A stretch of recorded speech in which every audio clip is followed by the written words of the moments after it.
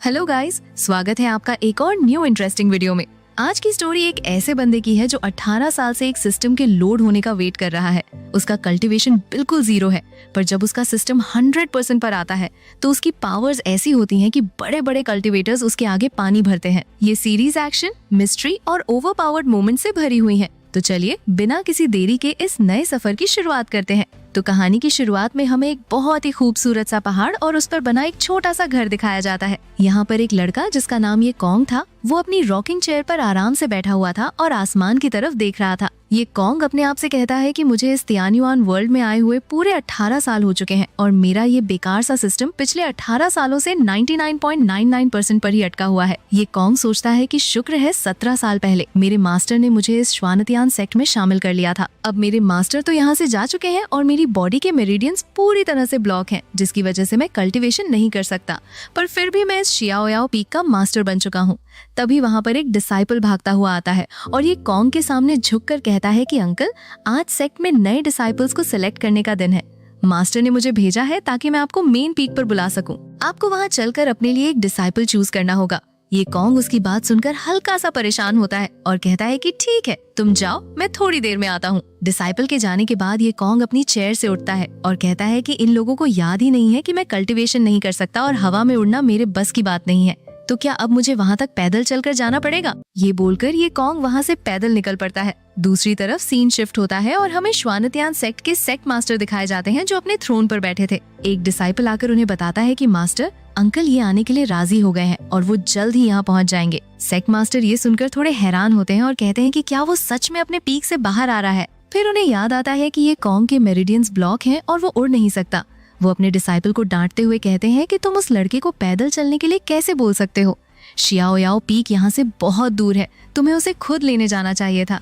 खैर छोड़ो, मैं खुद उसे लेने जा रहा हूँ। इसके बाद हम देखते हैं कि सेक्ट मास्टर एक बहुत ही बड़े और खूबसूरत ब्लू बर्ड पर बैठकर हवा में उड़ते हुए ये कॉन्ग के पास पहुँच जाते हैं। ये कॉन्ग उन्हें देखकर कहता है कि सीनियर ब्रदर, आपको मेरा इंतजार करना पड़ा, उसके लिए माफी चाहता हूँ। सेक्ट मास्टर उसे अपने बर्ड पर बिठा लेते हैं और कहते हैं कि इसमें तुम्हारी कोई गलती नहीं है। उस डिसाइपल को समझ नहीं थी। दोनों बर्ड पर उड़ते हुए मेन पीक की तरफ जाने लगते हैं। रास्ते में सेक्ट मास्टर ये कॉन्ग से कहते हैं कि इस बार मुझे उम्मीद है कि तुम अपने लिए एक अच्छा डिसाइपल जरूर चुनोगे जो शियाओयाओ पीक की लेगेसी को आगे बढ़ा सके और मुझे भी एक अच्छा जवाब मिल सकेगा। ये कॉन्ग थोड़ा परेशान होता है और कहता है कि पर मैं तो खुद कल्टीवेशन नहीं कर सकता, मैं किसी को क्या सिखाऊंगा। सेक्ट मास्टर उसे तसल्ली देते हुए कहते हैं कि तुम फिक्र मत करो, अगर तुम उसे नहीं सिखा पाए तो मैं तुम्हारे डिसाइपल को खुद ट्रेन करूंगा, उसके साथ कोई नाइंसाफी नहीं होगी। ये कॉन्ग ये सुनकर थोड़ा रिलैक्स हो जाता है। जल्द ही वो दोनों मेन पीक पर पहुंच जाते हैं जहां पर एक बहुत बड़ा क्राउड जमा था।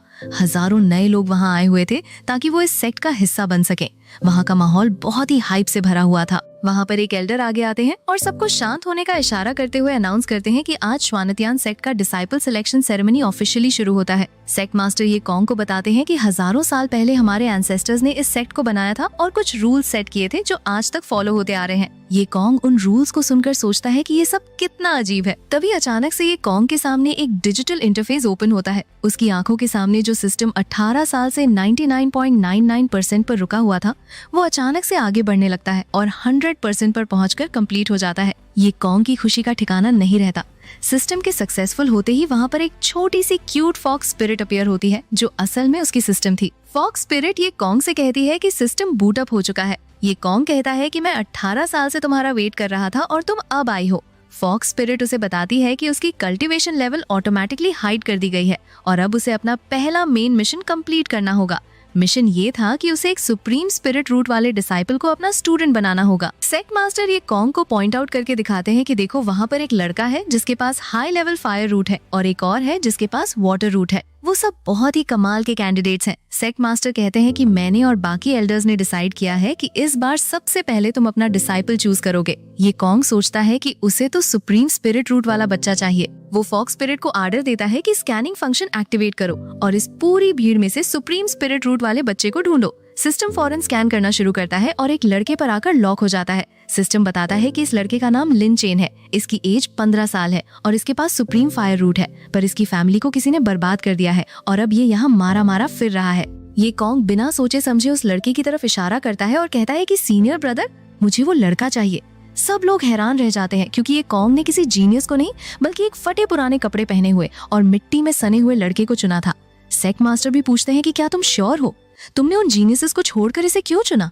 ये कॉन्ग कहता है कि हाँ, मुझे यही चाहिए। लिन चेन को स्टेज पर लाया जाता है। ये कॉन्ग उसके पास आता है और कहता है कि मैं शियाओयाओ पीक का मास्टर ये कॉन्ग हूँ, क्या तुम मेरे डिसाइपल बनना चाहते हो? लिन चेन की आंखों में खुशी के आंसू आ जाते हैं और वो फौरन अपने घुटनों के बल बैठकर जमीन पर सिर रखकर कहता है कि हाँ मास्टर, मैं तैयार हूँ।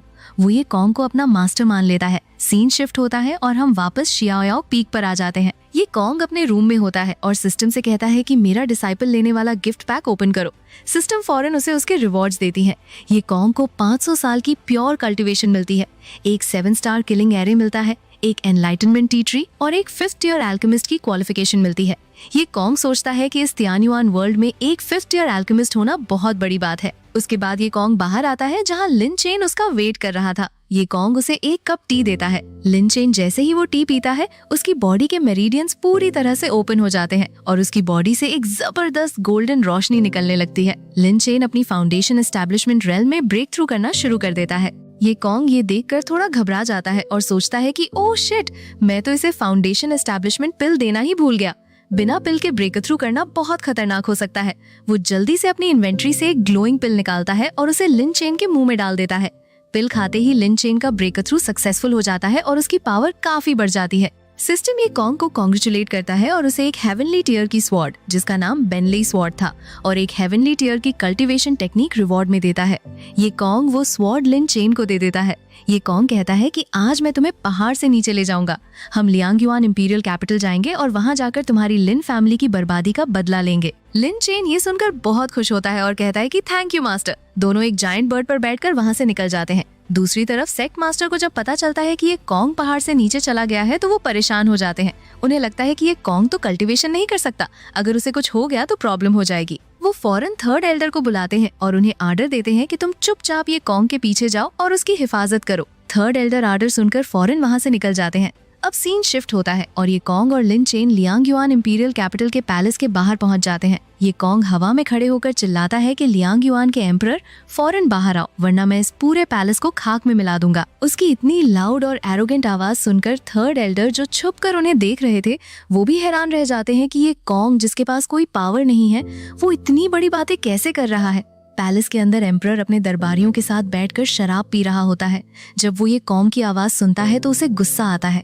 वो कहता है कि किसकी इतनी हिम्मत हुई जो मेरी शांति भंग कर रहा है। वहाँ पर एक जनरल आगे आता है और कहता है कि आप फिक्र मत करें, मैं उस इंसान को अभी पकड़ कर लाता हूँ। वो जनरल बाहर आता है और ये कॉन्ग को देखकर कहता है कि बच्चे, तुम्हें पता भी है तुम कहाँ खड़े हो, आज मैं तुम्हें बताता हूँ कि मौत क्या होती है। जनरल फौरन एक पावरफुल पंच चार्ज करता है और ये कॉन्ग पर हमला कर देता है। ये कॉन्ग बिल्कुल शांत रहता है और लिन चेन से कहता है कि ध्यान से। लिन चेन आगे बढ़ता है और अपनी emperor seal art technique activate करता है। दोनों के पंचेस आपस में टकराते हैं और एक जबरदस्त एक्सप्लोजन होता है। लिन चेन की पावर इतनी ज्यादा थी कि वो उस जनरल को आसानी से पीछे धकेल देता है और जनरल जमीन पर गिरकर खून थूकने लगता है। जनरल हैरान होता है कि इस छोटे से लड़के के पास इतनी पावर कहाँ से आई। 3rd एल्डर जो ये सब देख रहे थे वो हंसते हुए वहाँ अपीयर होते हैं। वो जनरल को तांट करते हैं कि तुम जैसे लोग इतने वीक हैं। 3rd एल्डर अपनी पावरफुल ऑरा रिलीज करते हैं जिससे पूरी जमीन हिलने लगती है और वहाँ खड़े सारे गार्ड्स पीछे हट जाते हैं। 3rd एल्डर ये कॉन्ग और लिन चेन के पास आते हैं और सोचते हैं कि इन दोनों के पास तो मेरे लेवल की पावर है। तभी पैलेस से एम्परर बाहर आता है और 3rd एल्डर से कहता है कि आप लोग कहाँ से आए हैं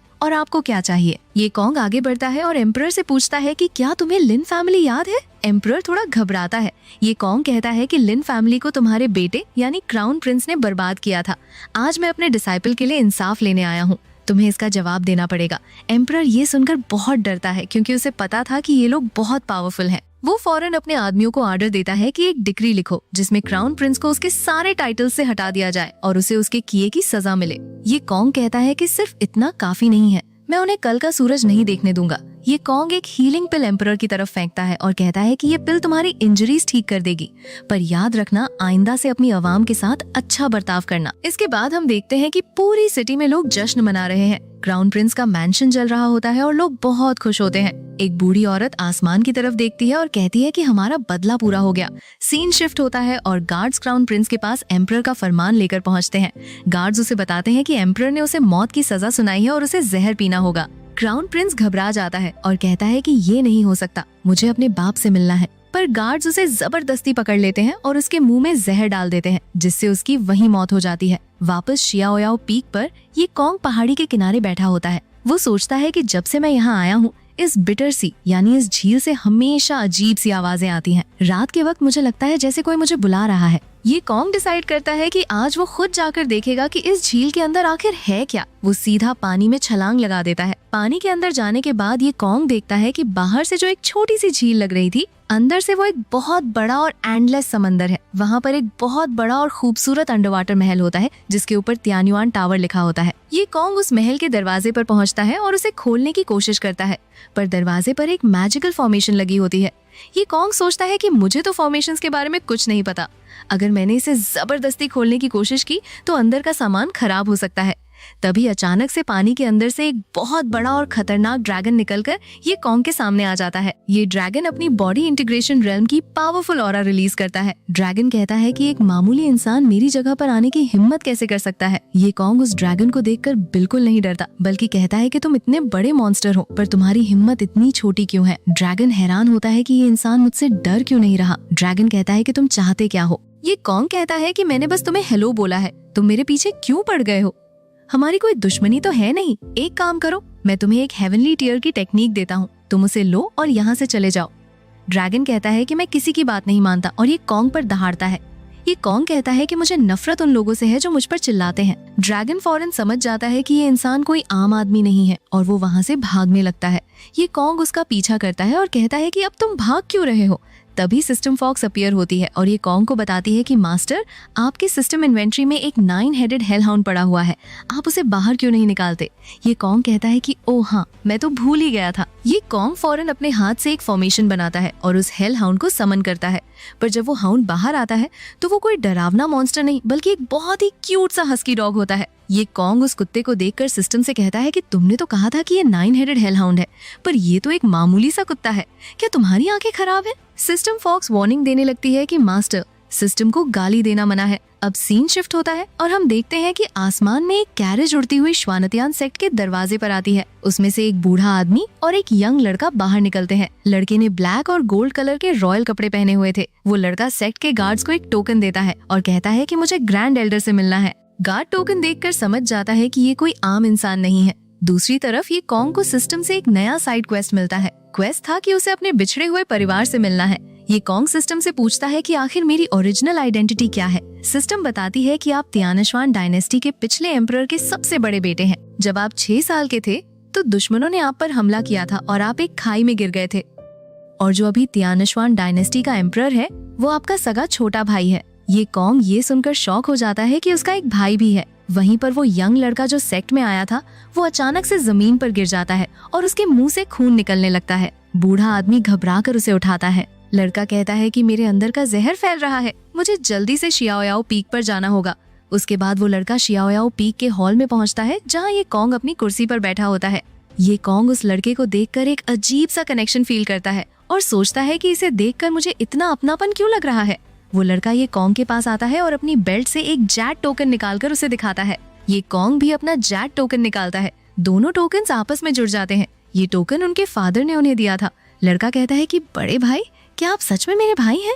ये कॉन्ग समझ जाता है कि ये उसका छोटा भाई है। सिस्टम ये कॉन्ग को कॉन्ग्रेचुलेट करता है और उसे फॉर्मेशन, मास्टरी और एक बीस्ट समनिंग कार्ड रिवॉर्ड में देता है। ये कॉन्ग अपने भाई को उठाता है और कहता है कि जब तक मैं यहाँ हूँ तुम्हें कुछ नहीं होगा। ये कॉन्ग अपनी पावर्स यूज करके अपने भाई के अंदर का सारा जहर फौरन ठीक कर देता है। उसके बाद दोनों भाई समुद्र के किनारे बैठकर बातें कर रहे होते हैं। ये कॉन्ग अपने भाई से कहता है कि अगली बार जब आना तो मेरी भतीजी को भी साथ लाना, मैंने अब तक उसे देखा नहीं है। भाई कहता है कि जरूर लाऊंगा। ये कॉन्ग नोटिस करता है कि उसके भाई की तबीयत अभी भी पूरी तरह ठीक नहीं है और उसका चेहरा पीला पड़ रहा है। भाई कहता है कि मुझे अब वापस जाना होगा, मेरे ऊपर बहुत सी जिम्मेदारियां हैं। ये कॉन्ग उसे एक छोटी सी लकड़ी की स्वॉर्ड देता है और कहता है कि ये स्वॉर्ड तुम्हें हमेशा प्रोटेक्ट करेगी। भाई वापस अपने पैलेस पहुंचता है, पर वहां पहुंचते ही वो जमीन पर गिरकर बेहोश हो जाता है। पैलेस के डॉक्टर्स उसे चेक करते हैं और बताते हैं कि इनके अंदर का जहर बहुत खतरनाक है और ये सिर्फ 3 दिन तक ही जिंदा रह पाएंगे। भाई को जब होश आता है तो वो अपने सारे मंत्रियों और जनरल्स को बुलाता है। वो उनसे कहता है कि मेरा वक्त अब खत्म होने वाला है, अगर मैं मर गया तो पूरे एम्पायर में केओस फैल जाएगा। वो अपने जनरल को ऑर्डर देता है कि 2 लाख ट्रूप्स को फॉरेन कैपिटल की हिफाजत के लिए बुला लो और कल ही मेरी बेटी प्रिंसेस छांगले को नया रूलर अनाउंस कर दो। अगले दिन एक आदमी जिसका नाम प्रिंस ऑफ छिन था, जो कि एम्परर का चाचा था, उसे खबर मिलती है कि एम्परर मरने वाला है। वो कहता है कि अपनी सारी आर्मी को तैयार करो, आज हम कैपिटल पर अटैक करेंगे।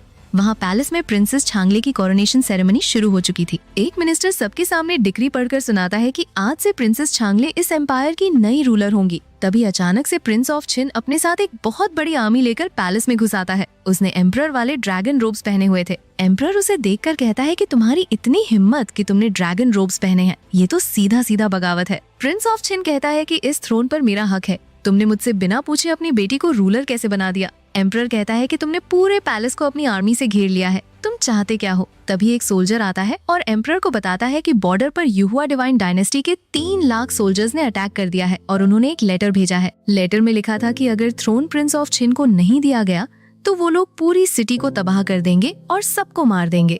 ये सुनकर एम्परर के मुंह से खून निकल आता है। उसे समझ आ जाता है कि उसके चाचा ने दुश्मनों के साथ मिलकर गद्दारी की है। एम्परर मजबूर होकर कहता है कि ठीक है, मैं थ्रोन तुम्हें देता हूँ, पर मेरी फैमिली और मासूम लोगों को मत मारना। वो इंपीरियल सील प्रिंस ऑफ छिन को दे देता है। प्रिंस ऑफ छिन सील लेकर कहता है कि आज इन सबको मार दो, कोई भी जिंदा नहीं बचना चाहिए। एम्परर कहता है कि तुमने तो वादा किया था। तभी वहाँ पर एक बूढ़ा आदमी जिसका नाम फू लाओ था, वो आगे आता है। फू लाओ अपनी सोल फॉर्मेशन रेल्म की पावरफुल ऑरा रिलीज करता है ताकि वो प्रिंस ऑफ छिन को रोक सके, पर प्रिंस ऑफ छिन बिल्कुल नहीं डरता। वो कहता है कि मैं जानता था तुम बीच में आओगे। अचानक से प्रिंस ऑफ छिन के पीछे एक बहुत ही बड़ा प्रोजेक्शन अपीयर होता है, जो एक सोल फॉर्मेशन एक्सपर्ट का क्लोन था। फू लाओ उस क्लोन को देखकर हैरान रह जाता है और कहता है कि ये तो किसी मास्टर का क्लोन है। दूसरी तरफ शिया ओयाओ पीक पर ये कॉन्ग अपनी चेयर पर बैठा होता है। तभी सिस्टम उसे अलर्ट करता है कि आपके भाई की जान खतरे में है। सिस्टम उसे एक नया मिशन देता है कि अपने भाई को बचाओ और इस प्रॉब्लम को सॉल्व करो। मिशन का रिवॉर्ड 500 साल की कल्टीवेशन थी, जिससे ये कॉन्ग दाओ इंटीग्रेशन मिड स्टेज में ब्रेक थ्रू कर लेगा। ये कॉन्ग की बॉडी से एक रोशनी निकलती है और उसकी पावर आसमान को छूने लगती है। वापस पैलेस में वो क्लोन प्रिंस ऑफ छिन से पूछता है कि तुमने मुझे यहाँ क्यों बुलाया है। प्रिंस ऑफ छिन कहता है कि मुझे इन सबको मारना है। क्लोन कहता है कि मैं तुम्हारी इन छोटी मोटी फाइट्स में हिस्सा नहीं लूंगा। पर तभी अचानक से आसमान से एक बहुत बड़ा हाथ आता है, जो ये कॉन्ग का प्रोजेक्शन था। ये कॉन्ग का प्रोजेक्शन एक ही सेकंड में उस एनिमी क्लोन को पकड़कर उसके टुकड़े टुकड़े कर देता है। प्रिंस ऑफ छिन और वहाँ खड़े सारे लोग ये देखकर शॉक में रह जाते हैं कि इतना पावरफुल क्लोन एक ही अटैक में कैसे डिस्ट्रॉय हो गया। ये कॉन्ग का प्रोजेक्शन गोल्डन चेन्स निकालकर उस एनिमी की सोल को बांध लेता है। ये कॉन्ग अपने भाई से कहता है कि घबराओ मत, जब तुम्हारा बड़ा भाई यहाँ है, इस एम्पायर को कोई कुछ नहीं कर सकता। प्रिंस ऑफ छिन पूछता है कि तुम आखिर हो कौन। ये कॉन्ग कहता है कि तुम जैसे इंसान को मेरा नाम जानने की कोई जरूरत नहीं है। ये कॉन्ग अपने फिंगर से एक लेजर बीम निकालता है, जो सीधा प्रिंस ऑफ छिन के सीने के आर पार हो जाती है और वो वहीं जमीन पर गिरकर मर जाता है। वहीं पैलेस के बाहर एक सोल्जर जख्मी हालत में भागता हुआ एम्परर के पास आता है और बताता है कि युहुआ डिवाइन डायनेस्टी की 3 लाख की बहुत ही मैसिव आर्मी ने बॉर्डर पर हमला कर दिया है और वो लोग सिटी की तरफ तेजी से आगे बढ़ रहे हैं। ये खबर सुनकर वहाँ खड़े सारे लोग टेंशन में आ जाते हैं। पर ये कॉन्ग आगे बढ़ता है और अपने छोटे भाई के कंधे पर हाथ रखकर बहुत ही काम तरीके से कहता है कि तुम इस बात की बिल्कुल भी फिक्र मत करो, इस पूरी आर्मी को मैं अकेला ही संभाल लूंगा। ये बोलकर ये कॉन्ग बिना वक्त जाया किए सीधा हवा में उड़ता हुआ दुश्मन की आर्मी की तरफ निकल पड़ता है। सीन शिफ्ट होता है और हमें वो 3 लाख सोल्जर्स की आर्मी दिखाई जाती है, जो पूरी तैयारी के साथ आगे बढ़ रही थी। तभी आसमान से ये कॉन्ग उनके सामने लैंड करता है। ये कॉन्ग अपनी हेवनली टियर की बेनले स्वॉर्ड निकालता है, जिसके ब्लेड से बहुत ही खतरनाक और पावरफुल लाइटनिंग स्पार्क्स निकल रहे होते हैं। वो हवा में जंप करता है और एक ही मैसिव स्वॉर्ड स्लैश दुश्मन की आर्मी पर लॉन्च कर देता है। स्वॉर्ड से निकलने वाली लाइटनिंग इतनी ज्यादा पावरफुल थी कि जमीन फटने लगती है और एक ही सेकंड के अंदर वो पूरी 3 लाख की आर्मी राख बनकर हवा में उड़ जाती है। ये कॉन्ग की इस कामयाबी पर सिस्टम फौरन उसे कॉन्ग्रेचुलेट करता है और मिशन कंप्लीट होने के रिवॉर्ड में उसे 500 साल की प्योर कल्टीवेशन दे देता है। इस रिवॉर्ड के मिलते ही ये कॉन्ग की पावर आसमान को छूने लगती है और वो आसानी से दाओ इंटीग्रेशन मिड स्टेज में पूरी तरह से ब्रेक थ्रू कर लेता है। साथ ही सिस्टम उसे एक 6 टियर एरे मास्टर की पावर्स भी देता है, जो ऑटोमेटिकली उसकी बॉडी और माइंड में पूरी तरह से मर्ज हो जाती हैं। इसके बाद ये कॉन्ग वापस उसी बिटर सी झील के पास आता है और पानी में छलांग लगा देता है। वो तैरता हुआ सीधा अंडर वाटर तियानयुआन टावर के सामने पहुंचता है। पिछली बार वो इस टावर के दरवाजे को खोल नहीं पाया था क्योंकि उस पर एक मैजिकल सील लगी हुई थी, पर इस बार एरे मास्टर की पावर्स होने की वजह से ये कॉन्ग आसानी से अपने हाथों से एक ग्लोइंग फॉर्मेशन बनाता है और उस टावर के दरवाजे पर लगी मैजिकल सील को अनलॉक कर देता है। जैसे ही वो भारी दरवाजा खुलता है, अंदर के अंधेरे से अचानक बहुत सारी डार्क टेंटिकल्स और स्मोक बाहर आती है। ये कॉन्ग पीछे हटता है और कहता है कि इस चीज ने तो मुझे डरा ही दिया था। वो अंदर जाता है तो उसे सामने एक बहुत बड़ी स्टोन की दीवार मिलती है जिस पर कुछ एंशिएंट वर्ड्स लिखे हुए थे। ये कॉन्ग को वो भाषा समझ नहीं आती तो सिस्टम फौरन उन वर्ड्स को स्कैन करके ट्रांसलेट करता है। ट्रांसलेशन में लिखा था कि हजारों साल पहले एंशिएंट इमॉर्टल कॉन्टिनेंट में एक डीमन वेनरेबल ने आकर तबाही मचाई थी और हर तरफ केओस फैल गया था। उस वक्त इस दुनिया को बचाने के लिए आसमान से 9 ड्रैगन्स नीचे आए थे।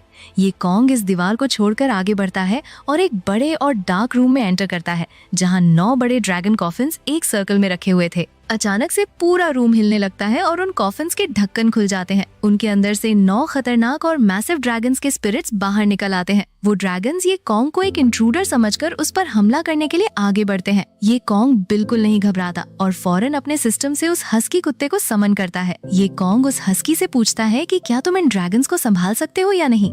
हस्की कॉन्फिडेंस के साथ कहता है कि हाँ बिल्कुल, ये तो मेरे बाएं हाथ का खेल है। ये बोलते ही वो छोटा सा हस्की अपने असली रूप यानी एक बहुत ही मैसिव और डार्क ऑरा वाले 9 हेडेड हेलहाउंड में ट्रांसफॉर्म हो जाता है। हेलहाउंड की वो ऑरा और उसके 9 सिर देखकर वो सारे ड्रैगन्स वहीं रुक जाते हैं और फौरन जमीन पर अपना सिर रखकर झुक जाते हैं। ड्रैगन्स को समझ आ जाता है कि ये कॉन्ग कोई आम इंसान नहीं है। वो ड्रैगन्स ये कॉन्ग का शुक्रिया अदा करते हैं और कहते हैं कि हम आपके इस एहसान को हमेशा याद रखेंगे। अब सीन शिफ्ट होता है और हमें एंशिएंट इमॉर्टल टाउन का नजारा दिखाया जाता है जहां आसमान में अचानक से एक बहुत बड़ा डार्क पोर्टल ओपन हो जाता है। उस पोर्टल के अंदर से लगातार बहुत सारे खतरनाक डीमंस बाहर निकलने लगते हैं और पूरे टाउन पर हमला कर देते हैं। हर तरफ आग लग जाती है, बिल्डिंग्स गिरने लगती हैं और मासूम लोग अपनी जान बचाने के लिए इधर उधर भाग रहे होते हैं, पर डीमंस उन्हें मार देते हैं। दूसरी तरफ श्वानतियान सेक्ट के मेन हॉल में सेक्ट के सारे एल्डर्स और सेक्ट मास्टर की एक सीरियस मीटिंग चल रही होती है। एक एल्डर सेक्ट मास्टर से कहता है कि मुरोंग तियान नाम के एक लड़के ने एंशिएंट इमॉर्टल टाउन के मासूम लोगों का खून किया है और वहाँ तबाही मचाई है, इसलिए उसे फौरन मौत की सजा मिलनी चाहिए। सेक्ट मास्टर कहते हैं कि पहले हमें इस मामले की ठीक से इन्वेस्टिगेशन करनी चाहिए ताकि किसी बेकसूर को सजा न मिले, पर वो एल्डर जिद करता है कि सबूत बिल्कुल साफ है और उसे अभी मारना होगा। वहीं शियाओयाओ पीक पर ये कॉन्ग अपनी चेयर पर बैठा होता है, तभी उसके सामने सिस्टम पॉपअप होता है और उसे अलर्ट करता है कि मुरोंग तियान बेकसूर है और उसे गलत सजा दी जा रही है। सिस्टम ये कॉन्ग को एक नया मिशन देता है कि उसे फौरन जाकर मुरोंग तियान को बचाना होगा और उसे अपना डिसाइपल बनाना होगा। ये कॉन्ग स्क्रीन देखकर कहता है कि ये तो गड़बड़ है, मुझे जल्दी जाना होगा। वो फौरन उड़ता हुआ मेन पीक की तरफ निकल पड़ता है। मेन हॉल में एल्डर्स ने मुरोंग तियान को पकड़ा हुआ था और वो उसे सजा देने ही वाले होते हैं। मुरोंग तियान के कपड़े फटे हुए थे, उसके चेहरे पर खून और मिट्टी लगी हुई थी और वो बहुत डरी हुई हालत में था। तभी अचानक से ये कॉन्ग हॉल का दरवाजा खोलकर वहाँ पहुँच जाता है।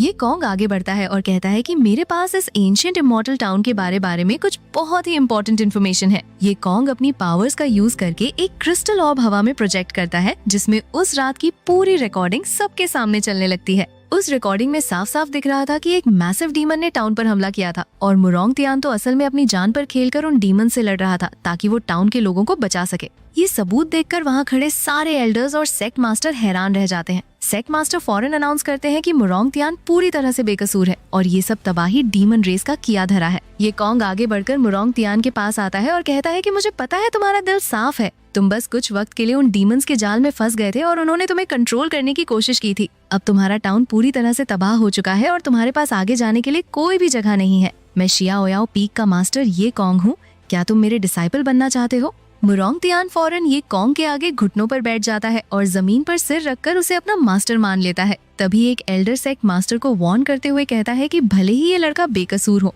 पर इसके हाथों मासूम लोगों का खून बहा है, इसे सेक्ट में रखना आगे चलकर हमारे लिए खतरनाक हो सकता है। सेक्ट मास्टर उस एल्डर को चुप कराते हुए कहते हैं कि तुम ये कॉन्ग को हल्के में मत लो। वो दिखने में भले ही सिंपल जरूर लगता है, पर वो अंदर से बहुत स्मार्ट है और वो जानता है कि वो क्या कर रहा है। इसके बाद ये कॉन्ग मुरोंग तियान को लेकर वापस अपने शियाओयाओ पीक पर आ जाता है। सिस्टम ये कॉन्ग को मिशन सक्सेसफुली कंप्लीट होने पर कांग्रेचुलेट करता है। ये कॉन्ग मुरोंग तियान से कहता है कि टाउन में जो कुछ भी हुआ उसमें तुम्हारी कोई गलती नहीं थी, पर तुम्हारे अंदर का गुस्सा और पास्ट का ऑब्सेशन बहुत ज्यादा बढ़ चुका है जो आगे चलकर तुम्हारी कल्टीवेशन के लिए बहुत बुरा साबित हो सकता है।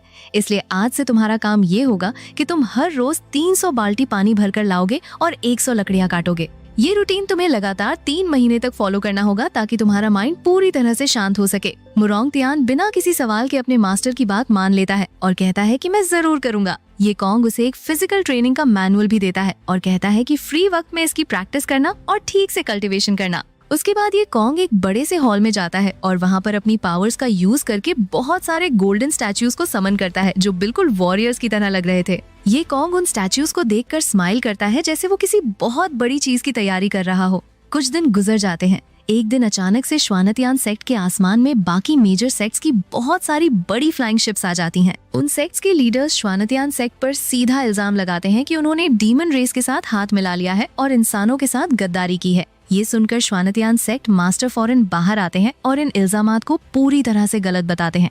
वो कहते हैं कि हमारा सेक्ट ऐसी गद्दारी और नीच हरकत कभी नहीं कर सकता। पर बाकी सेक्ट्स के लीडर्स उनकी बात सुनने को तैयार ही नहीं थे और कहते हैं कि हमें डीमंस को हर हाल में खत्म करना ही होगा। वहीं दूसरी तरफ ये कॉन्ग अपने कमरे में अकेले बैठकर कल्टीवेट कर रहा होता है। सिस्टम उसे अलर्ट करता है कि उसकी कल्टीवेशन लेवल भले ही सिस्टम ने गिफ्ट की है, पर उसका सोल अभी भी बहुत वीक है, जिसकी वजह से वो कुछ एडवांस टेक्निक्स को ठीक से प्रोसेस नहीं कर पा रहा। तभी वहाँ एक डिसाइपल भागता हुआ आता है और ये कॉन्ग को बताता है कि 3 दिन बाद आउटर सेक्ट का सबसे बड़ा कंपटीशन शुरू होने वाला है और सेक्ट मास्टर ने स्पेशली आपको वहाँ इन्वाइट किया है।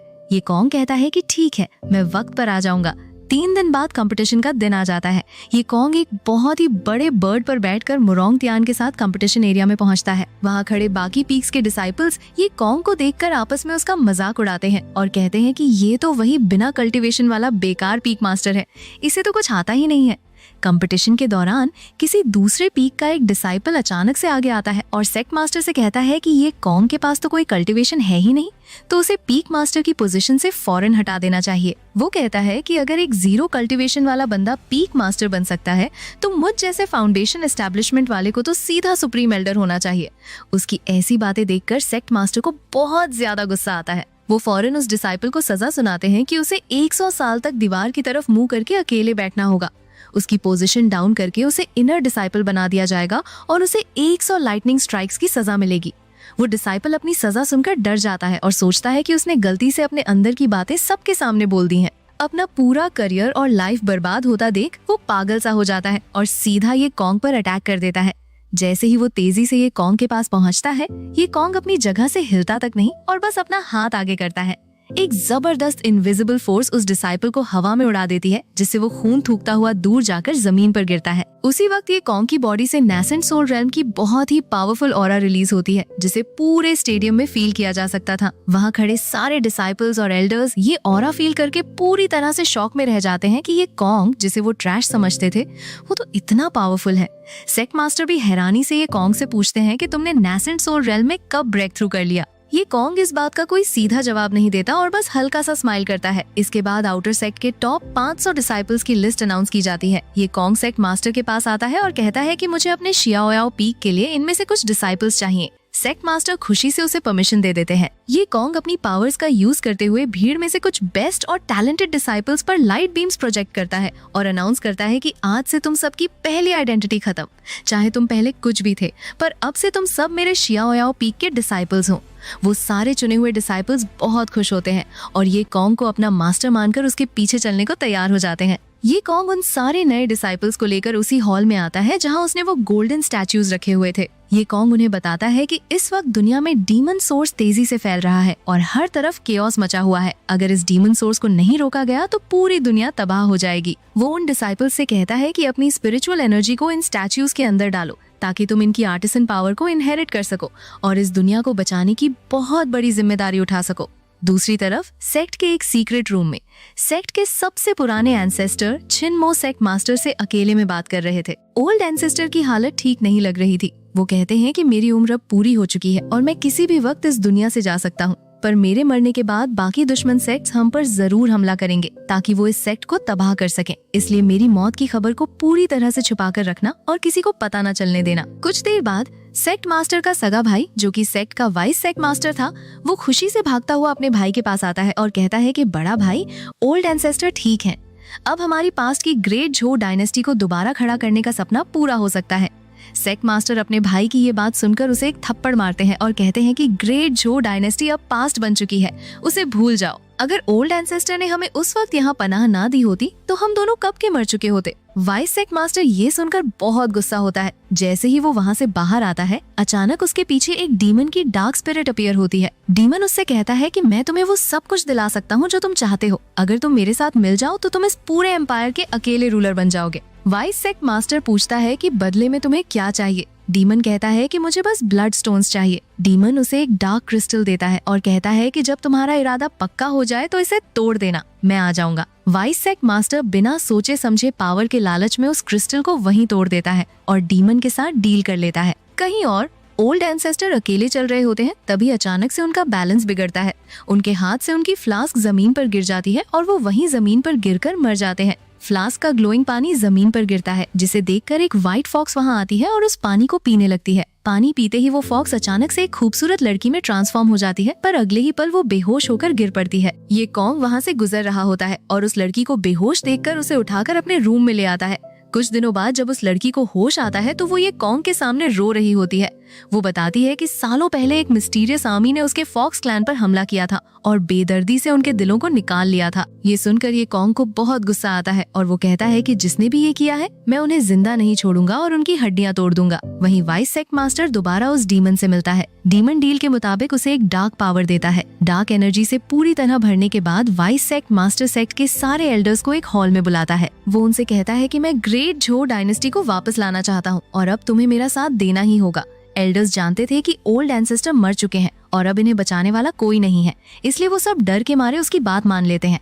इसके बाद वाइस सेक्ट मास्टर सीधा अपने भाई यानी सेक्ट मास्टर के पास जाता है और कहता है कि अब इस सेक्ट पर मेरा राज होगा। सेक्ट मास्टर उसे रोकने के लिए अपनी पूरी पावर से हमला करते हैं, पर वाइस सेक्ट मास्टर अपनी नई डार्क पावर्स का यूज करके अपने भाई को आसानी से हरा देता है और उसे खून थूकता हुआ जमीन पर गिरा देता है। वाइस सेक्ट मास्टर अनाउंस करता है कि आज से श्वानतियान सेक्ट हमेशा के लिए खत्म हो चुका है। अब सबको ग्रेट झो डायनेस्टी के अंडर काम करना होगा और जो मेरी बात नहीं मानेगा उसे वहीं मार दिया जाएगा। 10 दिन गुजर जाते हैं। वाइस सेक्ट मास्टर एक बहुत बड़ी आर्मी तैयार कर लेता है। एक एल्डर आकर उसे रिपोर्ट देता है कि ज्यादातर डिसाइपल्स ने डर के मारे हमारी बात मान ली है, पर ग्रेट एल्डर सैंटेज और कुछ मेन डिसाइपल्स यहाँ से भाग गए हैं। वाइस सेक्ट मास्टर कहता है कि उन छोटी मछलियों को भागने दो, उनसे कोई फर्क नहीं पड़ता। वो अपनी आर्मी को ऑर्डर देता है कि फौरन आगे बढ़ो, हमें हर हाल में 2 दिन के अंदर दाची डायनेस्टी पर कब्जा करना है। दूसरी तरफ आसमान में ये कॉन्ग अपने डिसाइपल्स के साथ मौजूद था। उन सब ने मिलकर एक पावरफुल 7 पर्सन एरे फॉर्मेशन बनाई हुई थी।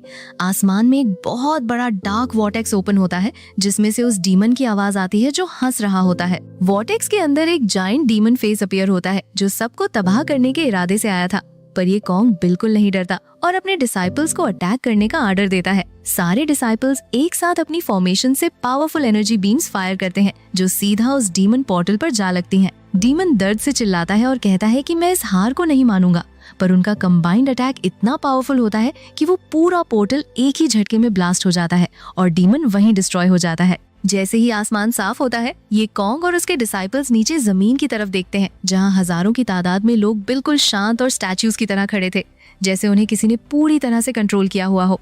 मुरोंगतियान हैरानी से ये कॉन्ग से पूछता है कि मास्टर, इन सब लोगों को आखिर क्या हुआ है और क्या हम इनके लिए कुछ कर सकते हैं? सीन शिफ्ट होता है और हमें सेक्ट मास्टर दिखाए जाते हैं जो एक छोटे से बच्चे से बात कर रहे थे। सेक्ट मास्टर उस बच्चे से पूछते हैं कि तुम्हारा नाम क्या है।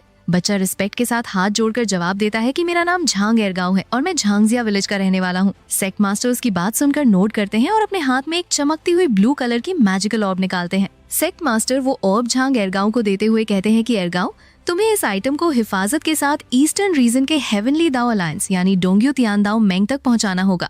सेक्ट मास्टर बताते हैं कि हेवनली दाओ अलायंस का हमेशा से यही एक मेन मकसद रहा है कि वो इस दुनिया में इंसाफ और आर्डर को मेंटेन रखें। अगर तुम ये उन तक पहुंचा दोगे तो वो लोग इस मामले को इग्नोर नहीं करेंगे और जरूर हमारी मदद करेंगे। झांग एरगांव वो और पकड़ लेता है और सेक्ट मास्टर को यकीन दिलाता है कि वो इस काम को पूरा करेगा। इसके फौरन बाद हम देखते हैं कि झांग एरगांव और बाकी सारे डिसाइपल्स एक साथ हवा में उड़ते हुए अपने मिशन के लिए निकल जाते हैं। सेक्ट मास्टर और बाकी एल्डर्स वहीं खड़े होकर उन्हें आसमान में दूर जाते हुए देखते हैं। दूसरी तरफ सीन शिफ्ट होता है और हमें ये कॉन्ग दिखाया जाता है जो अकेले शांति से बैठा हुआ था। तभी अचानक से उसके सामने उसका सिस्टम इंटरफेस पॉपअप होता है और एक नोटिफिकेशन साउंड आती है। सिस्टम ये कॉन्ग को कांग्रेचुलेट करते हुए बताता है कि मास्टर, आपने अपना पिछला मिशन कंप्लीट कर लिया है और अब आपको आपके रिवॉर्ड्स दिए जा रहे हैं। सिस्टम बताता है कि पहले रिवॉर्ड के तौर पर ये कॉन्ग को ताइगू ईफू स्पेस मिलता है जो कि एक पावरफुल एंशिएंट रेलिक स्पेस था। ये कॉन्ग की आंखें चमक उठती हैं। इसके बाद सिस्टम दूसरा और सबसे बड़ा रिवॉर्ड अनाउंस करता है, जो कि हुंदन मोशेंती यानी केओस डीमन गॉड बॉडी था। ये एक ऐसी पावरफुल फिजिक थी जो किसी भी आम कल्टिवेटर को एक इनविंसिबल मॉन्स्टर बना सकती थी। ये कॉन्ग अपने हाथ में एक डार्क रिंग को देखता है जो इन रिवॉर्ड्स को स्टोर किए हुए थी, और उसके चेहरे पर एक कॉन्फिडेंट स्माइल आ जाती है। कुछ देर बाद हम देखते हैं कि ये कॉन्ग एक झील के किनारे बैठकर आराम से फिशिंग कर रहा था। माहौल बिल्कुल शांत था, पर तभी अचानक से उसकी क्यूट सी पिंक फॉक्स सिस्टम दोबारा अपीयर होती है और उसे एक नया अलर्ट देती है। सिस्टम फॉक्स बताती है कि मास्टर, सिस्टम ने एक ऐसे डिसाइपल को ढूंढ लिया है जो आपके रिक्वायरमेंट्स को पूरी तरह से मैच करता है। सिस्टम ये कॉन्ग को एक नया मिशन असाइन करता है कि उसे फौरन जाकर इस नए डिसाइपल को ढूंढना होगा और उसे अपना स्टूडेंट बनाना होगा। सिस्टम इस नए मिशन के रिवॉर्ड्स भी अनाउंस करता है, जिसमें ये कॉन्ग को झुत्तियां वंजीय युगन यानी आल हेवंस फिशिंग रॉड मिलेगी, और साथ ही साथ उसकी कल्टीवेशन सीधा दाओ इंटीग्रेशन पीक रेल्म यानी वेंडिंग ची तक ब्रेक थ्रू कर जाएगी। ये कॉन्ग स्क्रीन पर उस डिसाइपल की लोकेशन देखता है जो कि नानाओ कॉन्टिनेंट यानी सदर्न डेजोलेट कॉन्टिनेंट में थी। ये कॉन्ग थोड़ा हैरान होता है और कहता है कि नानाओ कॉन्टिनेंट। ये बोलकर ये कॉन्ग फौरन अपनी फिशिंग रॉड छोड़ता है और अपने नए डिसाइपल को ढूंढने के लिए निकल पड़ता है। अब सीन शिफ्ट होकर सीधा ईस्टर्न रीजन के एक्सट्रीम साउथ में मौजूद नानाओ कॉन्टिनेंट पर आ जाता है। ये जगह बाकी दुनिया से बिल्कुल अलग और भुलाई जा चुकी थी। यहाँ पर हर तरफ सिर्फ बंजर जमीन, सूखे पेड़ और छोटे छोटे ट्राइबल टेंट्स दिखाई दे रहे थे। यहाँ पर हमें शू फैमिली का ट्राइब दिखाया जाता है, जहाँ एक सिंपल से कपड़े पहने हुए लड़की जिसका नाम शू वार्निंग था, वो अपने टेंट के बाहर अकेले बैठकर ध्यान लगा रही थी। तभी अचानक से वहाँ पर एक रिच और एरोगेंट दिखने वाली लड़की अपने कुछ गार्ड्स के साथ आती है और चिल्लाते हुए एक लड़के को बाहर आने के लिए कहती है। वो चिल्लाती है कि शिंगची, फौरन बाहर आओ। उसकी आवाज सुनकर शू वार्निंग ध्यान छोड़कर बाहर आती है और देखती है कि शिंगची सच में उस रिच लड़की के पास चला गया है। शू वार्निंग हैरान होती है और शिंगची से पूछती है कि तुम इन लोगों के साथ यहाँ क्या कर रहे हो और ये लोग आखिर हैं कौन। वो रिच लड़की एटीट्यूड में आगे बढ़ती है और शू वार्निंग से कहती है कि आज से ये लड़का सिर्फ और सिर्फ मेरा है। मैंने सुना था कि तुम्हारी और इसकी बचपन में मंगनी हुई थी, इसलिए मैं आज स्पेशली यहाँ आई हूँ ताकि मैं इस मंगनी को पूरी तरह से तोड़ सकूं। ये सुनकर शू वार्निंग को झटका लगता है और वो शौक में पीछे हटती है। शिंगची अपना सिर नीचे किए हुए आगे आता है और शू वार्निंग से कहता है कि मुझे माफ कर दो, पर मैं सच में तुम्हारे साथ इस मंगनी को तोड़ना चाहता हूँ। शिंगची कहता है कि मैं नहीं चाहता कि किसी दिन मैं इन खतरनाक डीमन बीस्ट्स का शिकार बन जाऊं और मारा जाऊं। मुझे एक शांति भरी और सेफ जिंदगी चाहिए जो तुम मुझे नहीं दे सकती। शू वार्निंग उसे याद दिलाती है कि तुमने तो मुझसे वादा किया था, फिर तुम ऐसे कैसे बदल सकते हो। पर शिंगची कहता है कि भले ही तुमने अपना वादा निभाया हो, पर तुम्हारी स्ट्रेंथ अभी भी सिर्फ गोल्डन कोर स्टेज पर अटकी हुई है, जबकि इन डीमन बीस्ट के पास नैसेंट सोल रेल्म के एक्सपर्ट्स हैं। तुम उनसे हमारी हिफाजत कभी नहीं कर पाओगी। तभी वो रिच लड़की अपनी आइडेंटिटी रिवील करती है और कहती है कि मैं शेनफू माउंटेन के मास्टर की बेटी हूँ। मेरे फादर खुद एक सोल फॉर्मेशन रेल्म के पावरफुल एक्सपर्ट हैं, इसलिए शिंगची अब मेरे साथ सेफ रहेगा। ये बोलकर वो रिच लड़की अपने हाथ में पकड़ा हुआ मैरिज कॉन्ट्रैक्ट हवा में उछालती है और उसे बीच से फाड़कर उसके टुकड़े जमीन पर फेंक देती है। वो शिंगची का हाथ पकड़ती है और वहाँ से जाने लगती है। शू वार्निंग जमीन पर गिर जाती है और शिंगची को आवाज लगाती है कि प्लीज मुझे छोड़कर मत जाओ, मेरे पास तुम्हारे सिवा कोई नहीं है। पर शिंगची एक बार भी पीछे मुड़कर नहीं देखता और उस रिच लड़की के साथ वहाँ से चला जाता है। शू वार्निंग अकेले जमीन पर बैठकर रोने लगती है। तभी अचानक से आसमान का रंग पूरी तरह बदल जाता है। काले बादल छा जाते हैं और एक मैसिव लाइटनिंग बोल्ट आसमान से सीधा जमीन पर आकर गिरती है, जिससे पूरी जमीन हिल जाती है। उस लाइटनिंग के बीच में से ये कॉन्ग एक पावरफुल ऑरा के साथ वहाँ पर अपीयर होता है। ये कॉन्ग सीधा शू वार्निंग के पास आता है और बहुत ही काम आवाज में पूछता है कि तुम्हारा नाम क्या है। शू वार्निंग अपने आंसू पोंछते हुए उस इंसान को देखती है और बताती है कि मेरा नाम शू वार्निंग है, पर आप आखिर हैं कौन। ये कॉन्ग अपना इंट्रोडक्शन देते हुए कहता है कि मैं ईस्टर्न रीजन के श्वानतियान सेक्ट का पीक मास्टर ये कॉन्ग हूँ। मैंने देखा कि इस जगह पर एक चाइल्ड ऑफ डेस्टिनी यानी तियानमिंग झिजी मौजूद है, इसलिए मैं स्पेशली यहाँ तुम्हें अपना डिसाइपल बनाने के लिए आया हूँ। ये कॉन्ग उससे पूछता है कि क्या तुम मेरे श्वानतियान सेक्ट को ज्वाइन करके इमॉर्टल टेक्निक सीखना चाहती हो। ये कॉन्ग ये सारी एंशिएंट हिस्ट्री बहुत ही ध्यान से सुनता है, पर उसके चेहरे पर कोई एक्सप्रेशन नहीं होता। वो बिल्कुल शांत रहता है और उस व्हाइट हेयर्ड आदमी से पूछता है कि तुम आखिर मुझे ये सारी पुरानी कहानियां क्यों बता रहे हो, तुम्हारा असली मकसद क्या है। व्हाइट हेयर्ड आदमी ये कॉन्ग की आंखों में घूर कर देखता है और बहुत ही सीरियस टोन में कहता है कि तुम्हारी कल्टीवेशन मेरे लेवल से भी कहीं ज्यादा ऊपर है। मुझे पूरा यकीन है कि तुम इस नए जमाने के कल्टीवेटर नहीं हो, बल्कि तुम कोई हजारों साल पुराने ओल्ड मॉन्स्टर हो जो अपनी आइडेंटिटी और असली स्ट्रेंथ को पूरी तरह से छुपा कर बैठे हो। वो आदमी आगे कहता है कि तियानयुआन रिकॉर्ड के रूल्स के मुताबिक इस रिकॉर्ड को उसका ओनर अपने हिसाब से कभी भी मॉडिफाई कर सकता है, इसलिए मुझे लगता है कि तुमने भी अपने बारे में कुछ जरूरी जरूरी बातें छुपाई हुई हैं। ये बोलते ही वो व्हाइट हेयर्ड आदमी अचानक से अपनी कुर्सी से खड़ा होता है और उसके आसपास एक बहुत ही ब्राइट मैजिकल ग्लो अपीयर होता है। अगले ही सेकंड उसकी बॉडी ट्रांसफॉर्म होने लगती है और वो एक बहुत ही बूढ़े, झुर्रियों वाले और एंशिएंट ओल्ड मैन में बदल जाता है, जिसका नाम पिन दाओ सोंग दाओ था। ये ओल्ड मैन लंबी सांस लेता है और कहता है कि अब मैं और नहीं छुपूंगा, हमारे पास इस दुनिया को बचाने के लिए वक्त बहुत कम बचा है। ये कॉन्ग उस बुढ़े को इस हालत में देखकर हल्का सा स्माइल करता है और बताता है कि तुम बिल्कुल गलत सोच रहे हो। मैं कोई हजारों साल पुराना ओल्ड मॉन्स्टर नहीं हूँ। मेरी उम्र तो अभी 100 साल भी पूरी नहीं हुई है और यही मेरा असली रूप है। ये सुनकर वो ओल्ड मैन पूरी तरह से शॉक में रह जाता है। उसकी आंखें हैरानी से फटी की फटी रह जाती हैं और वो डरते हुए कहता है कि ये तो बिल्कुल नामुमकिन है। इस वक्त में जब दुनिया में स्पिरिचुअल एनर्जी इतनी ज्यादा कम हो चुकी है, कोई भी आम इंसान इतनी जल्दी क्वासी एम्परर लेवल तक कैसे पहुंच सकता है? तुम जरूर मुझसे झूठ बोल रहे हो। ये कॉन्ग अपनी जगह से उठता है और कहता है कि अगर तुम्हें और कोई बात नहीं करनी तो मैं यहाँ से चलता हूँ। पर फिर ये कॉन्ग दरवाजे पर रुकता है और उस ओल्ड मैन को अपने साथ चलने का ऑफर देता है। सीन शिफ्ट होता है और ये कॉन्ग वापस बाहर आकर अपने श्वानतयान सेक्ट के लोगों के पास पहुंच जाता है। एल्डर यान वहाँ बहुत परेशान खड़े थे कि ये कॉन्ग अभी तक वापस क्यों नहीं आया। ये कॉन्ग उनके पास आकर अनाउंस करता है कि मैं अपने कुछ डिसाइपल्स को लेकर छिंगश्वान ग्रेट एम्परर के सीक्रेट रेल्म में जा रहा हूँ, तुम लोग भी वहाँ पहुँचो। इसके बाद ये कॉन्ग और वो ओल्ड मैन हवा में तेजी से उड़ते हुए एक बहुत ही बंजर और सूखी हुई जमीन पर बने एक बड़े से स्टोन केव के पास पहुँचते हैं। ये डार्क केव उस सीक्रेट रेल्म का मेन एंट्रेंस था। ओल्ड मैन ये कॉन्ग के पास खड़े होकर उसे बताता है कि आज के वक्त में लोग सिर्फ यही जानते हैं कि इस तियान्युआन वर्ल्ड में सिर्फ 60 डोमेन्स हैं, पर असल में हजारों साल पहले यहाँ पर 9 डोमेन्स हुआ करते थे। दोनों बिना वक्त जाया किए उस केव के अंदर चले जाते हैं।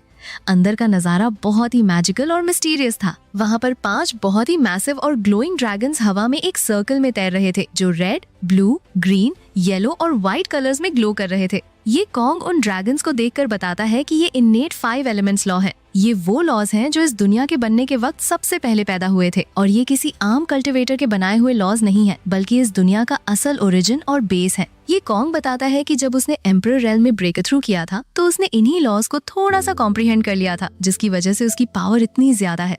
ये कॉन्ग आगे बढ़ता है और अपने हाथ से हवा में एक ग्लोइंग पोर्टल ओपन करता है।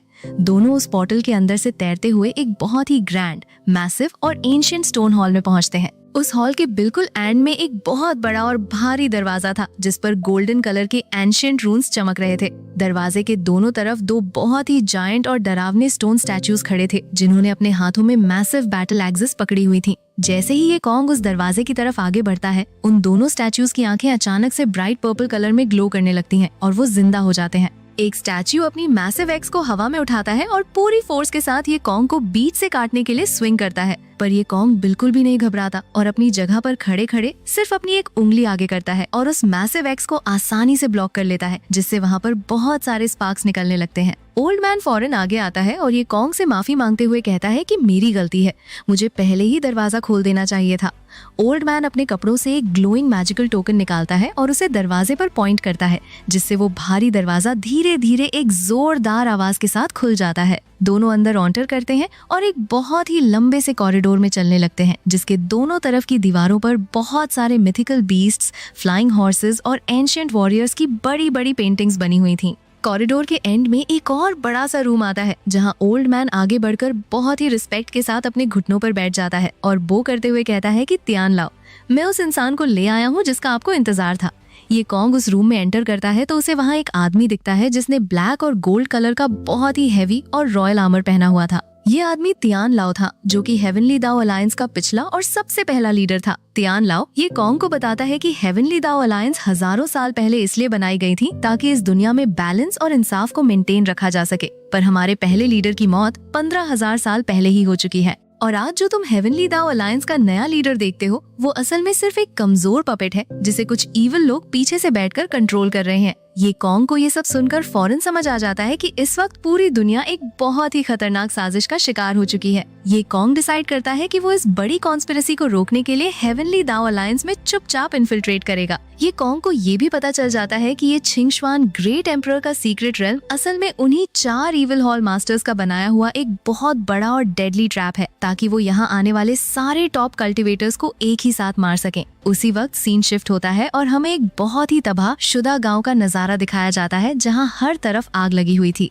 वहाँ पर एक बहुत ही मैसिव और टेरिफाइंग 9 हेडेड स्नेक डीमन जमीन से निकलकर हर तरफ तबाही मचा रहा था। गांव के मासूम लोग डर के मारे भाग रहे थे, पर वो डीमन उन्हें बेदर्दी से मार रहा था। डीमन के 9 सिरों से खतरनाक वाटर और एनर्जी ब्लास्ट निकल रहे थे। तभी वहाँ पर एक राइटियस कल्टिवेटर आता है जिसने व्हाइट और ब्लू रोब्स पहने हुए थे। ये कल्टिवेटर उस मॉन्स्टर को रोकने की कोशिश करता है। कल्टिवेटर हवा में जंप करके अपनी स्वॉर्ड से बहुत ही खतरनाक पर्पल लाइटनिंग अटैक्स फायर करता है, पर वो स्नेक डीमन बहुत ज्यादा मैसिव और पावरफुल था। डीमन अपने एक सिर से एक जबरदस्त एनर्जी ब्लास्ट फायर करता है जो सीधा उस कल्टिवेटर के सीने पर लगता है और वो खून थूकता हुआ जमीन पर बुरी तरह से गिर जाता है। दूसरी तरफ एक डार्क और क्रीपी अंडरग्राउंड रूम में 4 इविल हॉल मास्टर्स खड़े थे जिन्होंने ब्लैक रोब्स पहने हुए थे। वो हंसते हुए कहते हैं कि आज हम इसकी जान ले लेंगे और अपने फूलिश गॉड को खुश करेंगे। वो चारों मिलकर अपने हाथों से एक बहुत ही डार्क और ब्लडी मैजिकल फॉर्मेशन एक्टिवेट करते हैं जिससे आसमान से एक मैसिव रेड लाइटनिंग गिरती है और वो जख्मी कल्टिवेटर उस लाइटनिंग के अंदर बुरी तरह फंसकर तड़पने लगता है। अब सीन शिफ्ट होकर सीक्रेट रेल्म के बाहर आता है जहाँ पर एक बहुत ही मैसिव और ग्रैंड गैदरिंग लगी हुई थी। हजारों की तादाद में फ्लाइंग शिप्स आसमान में तैर रही थी और हजारों कल्टिवेटर्स जमीन पर जमा थे। ये सब लोग सीक्रेट रेल्म के ओपन होने का वेट कर रहे थे। श्वानत्यान सेक्ट के डिसाइपल्स भी वहाँ जमीन पर मैट्स बिछाकर शांति से बैठे हुए थे। तभी वहाँ पर एक बहुत ही मोटा और एरोगेंट आदमी आता है। वो श्वानत्यान डिसाइपल्स को घूर कर देखता है और बहुत ही गंदे तरीके से मजाक उड़ाते हुए कहता है कि तुम लोग लोअर डोमेन के कचरे हो। तुम्हारी इतनी हिम्मत कि तुम ईस्टर्न वेस्टलैंड के सेंटर में आकर बैठो। फौरन इस जगह को खाली करो और यहाँ से दफा हो जाओ, वरना मैं तुम्हें जिंदा नहीं छोड़ूंगा। श्वानत्यान सेक्ट की एक लड़की गुस्से में अपनी जगह से खड़ी होती है और कहती है कि ये जगह हमने पहले ढूंढी थी, हम यहाँ से क्यों जाएं? ये सुनकर उस मोटे आदमी को गुस्सा आ जाता है और वो बिना सोचे समझे अपनी पावर रिलीज करता है। वो अपने हाथ से एक एनर्जी ब्लास्ट उन डिसाइपल्स पर फेंकता है जिससे वो सब पीछे की तरफ गिर जाते हैं। तभी वहाँ पर एल्डर यान भागते हुए आते हैं और अपने इंजर्ड डिसाइपल्स को जमीन पर गिरा देखकर गुस्से में पूछते हैं कि ये किसने किया है। मोटा आदमी हंसते हुए आगे आता है और एरोगेंस से कहता है कि मैंने किया है, तुम मेरा क्या कर लोगे? मोटा आदमी अपने पीछे से एक ब्लॉन्ड बालों वाले यंग मास्टर को आगे लाता है जिसने बहुत ही एक्सपेंसिव रेड कपड़े पहने हुए थे। मोटा आदमी बताता है कि ये ब्लेजिंग फायर सेक्ट यानी लिए हुओ जोंग के यंग मास्टर हैं। इनकी पावर और इनका स्टेटस तुम्हारे छोटे से श्वानत्यान सेक्ट से बहुत ऊपर है, इसलिए तुम्हें इनके लिए ये जगह हर हाल में छोड़नी ही पड़ेगी। एल्डर यान को ये बेइज्जती बर्दाश्त नहीं होती और वो गुस्से में अपने डिसाइपल्स को वेपन्स निकालने का आर्डर देते हैं। दोनों साइड्स के बीच में हवा में स्वॉर्ड्स और एनर्जी ब्लास्ट चलने लगते हैं, पर ब्लेजिंग फायर सेक्ट के लोग कल्टीवेशन में ज्यादा पावरफुल थे और श्वानत्यान डिसाइपल्स बुरी तरह से मार खा रहे थे। तभी अचानक से वहाँ पर आसमान से एक ओल्ड मैन हवा में तैरता हुआ नीचे आता है जिसके हाथ में एक ग्लोइंग गोल्डन टोकन था। ये हेवनली दाओ अलायंस का एक पावरफुल एल्डर था। उसके आते ही दोनों साइड्स डर के मारे अपनी फाइट रोक देते हैं। एल्डर यान आगे बढ़कर उस एल्डर से कहते हैं कि इन लोगों ने बिना किसी वजह के हमारे मासूम डिसाइपल्स पर हमला किया है, हमें आपसे इंसाफ चाहिए। पर वो एल्डर बिल्कुल भी फेयर नहीं था। वो उस मोटे आदमी और ब्लेजिंग फायर सेक्ट की साइड लेता है और कहता है कि एक सुपीरियर सेक्ट को इस तरह से इंसल्ट करना बहुत बड़ा क्राइम है, इसलिए गलती तुम्हारी ही है। ब्लॉन्ड यंग मास्टर हंसते हुए आगे आता है और उस एल्डर से कहता है कि इनकी गलती को इस बार माफ कर दें। आखिर मेरे एंसेस्टर हेवनली दाओ अलायंस के टॉप 10 एल्डर्स में से एक हैं। एल्डर फौरन उसकी बात मान लेता है और एल्डर यान को आर्डर देता है कि अपने लोगों को लेकर फौरन यहाँ से दफा हो जाओ। एल्डर यान गुस्से में प्रोटेस्ट करते हैं कि हम यहाँ से क्यों जाएं? ये इंसाफ नहीं है। एल्डर को ये सुनकर बहुत गुस्सा आ जाता है और वो कहता है कि क्या तुम मेरे डिसीजन पर सवाल उठा रहे हो? वो एल्डर फौरन हवा में जंप करता है और एक बहुत ही पावरफुल लाइटनिंग अटैक एल्डर यान पर कर देता है जिससे एल्डर यान खून थूकते हुए जमीन पर बुरी तरह से गिर जाते हैं। एल्डर हवा में तैरते हुए एरोगेंस से पूछता है कि अब बताओ तुम लोग यहाँ से जाओगे या नहीं? पर इससे पहले कि कोई कुछ बोलता, आसमान में एक बहुत ही मैसिव और ब्लाइंडिंग गोल्डन लाइट का पिलर गिरती है। उस लाइट के अंदर से ये कॉन्ग हवा में तैरता हुआ नीचे आता है। उसके कपड़ों के इर्द गिर्द ग्लोइंग चेन्स घूम रही थी और उसकी ऑरा इतनी ज्यादा टेरिफाइंग और डिस्ट्रक्टिव थी कि पूरा बैटलफील्ड 1 सेकंड में शांत हो जाता है। ये कॉन्ग बहुत ही कोल्ड और खतरनाक टोन में कहता है कि एक छोटा सा ब्लेजिंग फायर सेक्ट और एक मामूली सा हेवनली दाओ अलायंस का एल्डर दोनों मिलकर खुद को बहुत बड़ा समझ रहे हैं। ये कॉन्ग की इस टेरिफाइंग ऑरा को फील करके वो ब्लॉन्ड यंग मास्टर डर के मारे पीछे हटने लगता है और घबराकर अपने एंसेस्टर को आवाज लगाता है। अगले ही सेकंड आसमान में एक और डार्क पोर्टल खुलता है और ब्लेजिंग फायर सेक्ट का एंसेस्टर वहाँ अपीयर होता है। ये एंसेस्टर बहुत ही डरावना और क्रीपी लग रहा था। उसके बाल बिल्कुल सफेद थे, उसने रेड रोब्स पहने हुए थे और उसकी आंखें बिल्कुल खून की तरह लाल ग्लो कर रही थीं। एंसेस्टर आगे आता है और ये कॉन्ग की पावर को भांपकर थोड़ा शांत टोन में कहता है कि इस मामले को हम यहीं खत्म करते हैं। मैं तुम्हें कंपनसेशन के तौर पर 10 डिवाइन एनलाइटनमेंट पिल्स देता हूँ, तुम इन्हें लो और इस बात को यहीं भूल जाओ। जैसे ही वो पिल्स हवा में आती हैं, ये कॉन्ग का सिस्टम फौरन उन्हें स्कैन करता है। सिस्टम अलर्ट देता है कि ये पिल्स असली नहीं है, बल्कि ये 3 खतरनाक पॉइजन से बनाई गई हैं। अगर कोई इन्हें गलती से भी खा ले तो वो हमेशा के लिए एक माइंडलेस पपेट बन जाएगा। सिस्टम उस एंसेस्टर को भी स्कैन करता है और बताता है कि इसका नाम यान गौदान है। ये ग्रेट एम्परर अर्ली स्टेज पर है और ये 3 पॉइजन गॉड का एक बहुत ही लॉयल बिलीवर है। ये कॉन्ग को फौरन पूरी गेम समझ आ जाती है। उसे रियलाइज होता है कि 3 पॉइजन गॉड ने हेवनली दाओ अलायंस और बाकी मेजर सेक्ट्स में पूरी तरह से इन्फिल्ट्रेट कर लिया है। अगर उसने इस वक्त इस ग्रेट एम्परर लेवल के एंसेस्टर को मार दिया तो दुश्मनों का मेन मास्टरमाइंड अलर्ट हो जाएगा और उनका पूरा प्लान खराब हो सकता है। इसलिए ये कॉन्ग बहुत ही स्मार्ट तरीके से बिहेव करता है। वो एरोगेंस से उन पिल्स को रिजेक्ट करता है और कहता है कि मुझे तुम्हारा ये कचरा नहीं चाहिए। अगर तुम सच में इस मामले को खत्म करना चाहते हो तो मेरी 2 शर्तें माननी पड़ेंगी। पहली, जिन लोगों ने मेरे डिसाइपल्स पर हाथ उठाया है उन्हें अभी के अभी मरना होगा। और दूसरी, मुझे कंपनसेशन में 3 टॉप टियर इमॉर्टल स्वॉर्ड्स चाहिए। एंसेस्टर ये कॉन्ग की ये शर्तें सुनकर गुस्से से पागल हो जाता है, पर उसे पता था कि ये कॉन्ग से लड़ना इस वक्त खतरनाक हो सकता है। एंसेस्टर अपनी लाल आंखों से उस मोटे आदमी और अपने ही ब्लॉन्ड यंग मास्टर को घूरता है। उसके हाथ से एक बहुत ही खतरनाक आग निकलती है जो एक ही सेकंड में उस मोटे आदमी और यंग मास्टर को बुरी तरह से जलाकर राख में बदल देती है। उन दोनों की वहीं पर बहुत ही दर्दनाक मौत हो जाती है। उसके बाद एंसेस्टर अपने स्टोरेज से 3 बहुत ही चमकती हुई इमॉर्टल स्वॉर्ड्स निकालता है जो ग्रीन, ब्लू और रेड कलर में ग्लो कर रही थी। वो स्वॉर्ड्स हवा में तैरती हुई ये कॉन्ग के पास आती हैं। ये कॉन्ग उन स्वॉर्ड्स को पकड़ता है और एल्डर यान की तरफ फेंक कर कहता है कि ये तुम्हारे लिए हैं। ये कॉन्ग उस एंसेस्टर को वार्न करता है कि आइंदा मेरे सेक्ट के लोगों को परेशान करने की कोशिश भी मत करना। एंसेस्टर गुस्से में अपने दांत पीसता है और अपनी ग्लोइंग रेड आंखों से ये कॉन्ग को घूरता रहता है। इसके बाद सीन शिफ्ट होता है और हमें एक बहुत ही डार्क और क्रीपी अंडरग्राउंड चैम्बर दिखाया जाता है। वहाँ पर हजारों ह्यूमन स्कल्स का एक बहुत बड़ा ढेर लगा हुआ था जिसके ऊपर एक डरावना स्केलेटन बैठा हुआ था। उस स्केलेटन के सीने में एक ग्लोइंग ग्रीन कलर की स्वॉर्ड आर पार धसी हुई थी। अचानक से उस स्केलेटन की आंखों में लाल रोशनी ग्लो करने लगती है और वो जिंदा हो जाता है। वो स्केलेटन ये कॉन्ग की ऑरा को फील करके पूरी तरह से शॉक में रह जाता है और चिल्लाता है कि ये कैसे हो सकता है। वो इंसान तो कब का मर चुका था, फिर इस लड़के के पास उसकी ऑरा कहाँ से आई। वीडियो के बिल्कुल एंड में हम देखते हैं कि वो 4 इविल हॉल मास्टर्स दोबारा उस डार्क रूम में जमा होते हैं। वो अपने हाथों से अजीब सी मैजिकल हैंड साइंस बनाते हैं और अपनी डार्क एनर्जी रिलीज करते हुए 3 पॉइजन गॉड को समन करना शुरू कर देते हैं ताकि वो अपने इस इविल प्लान को आगे बढ़ा सकें।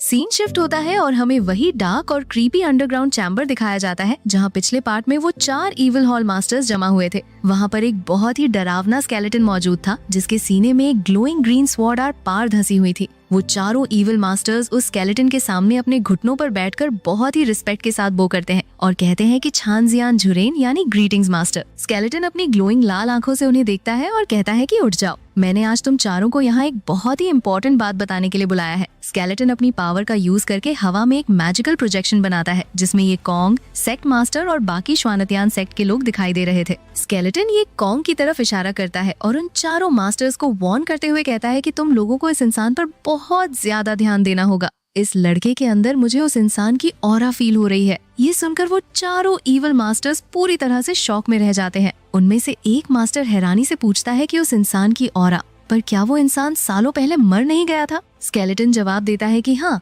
वो उस वक्त सच में मर गया था, पर तुम लोग ये मत भूलो कि आखिर वो था कौन। स्केलेटन आगे कहता है कि अब हमारे पास वक्त बहुत कम है और हमें अपना प्लान वक्त से पहले ही शुरू करना होगा।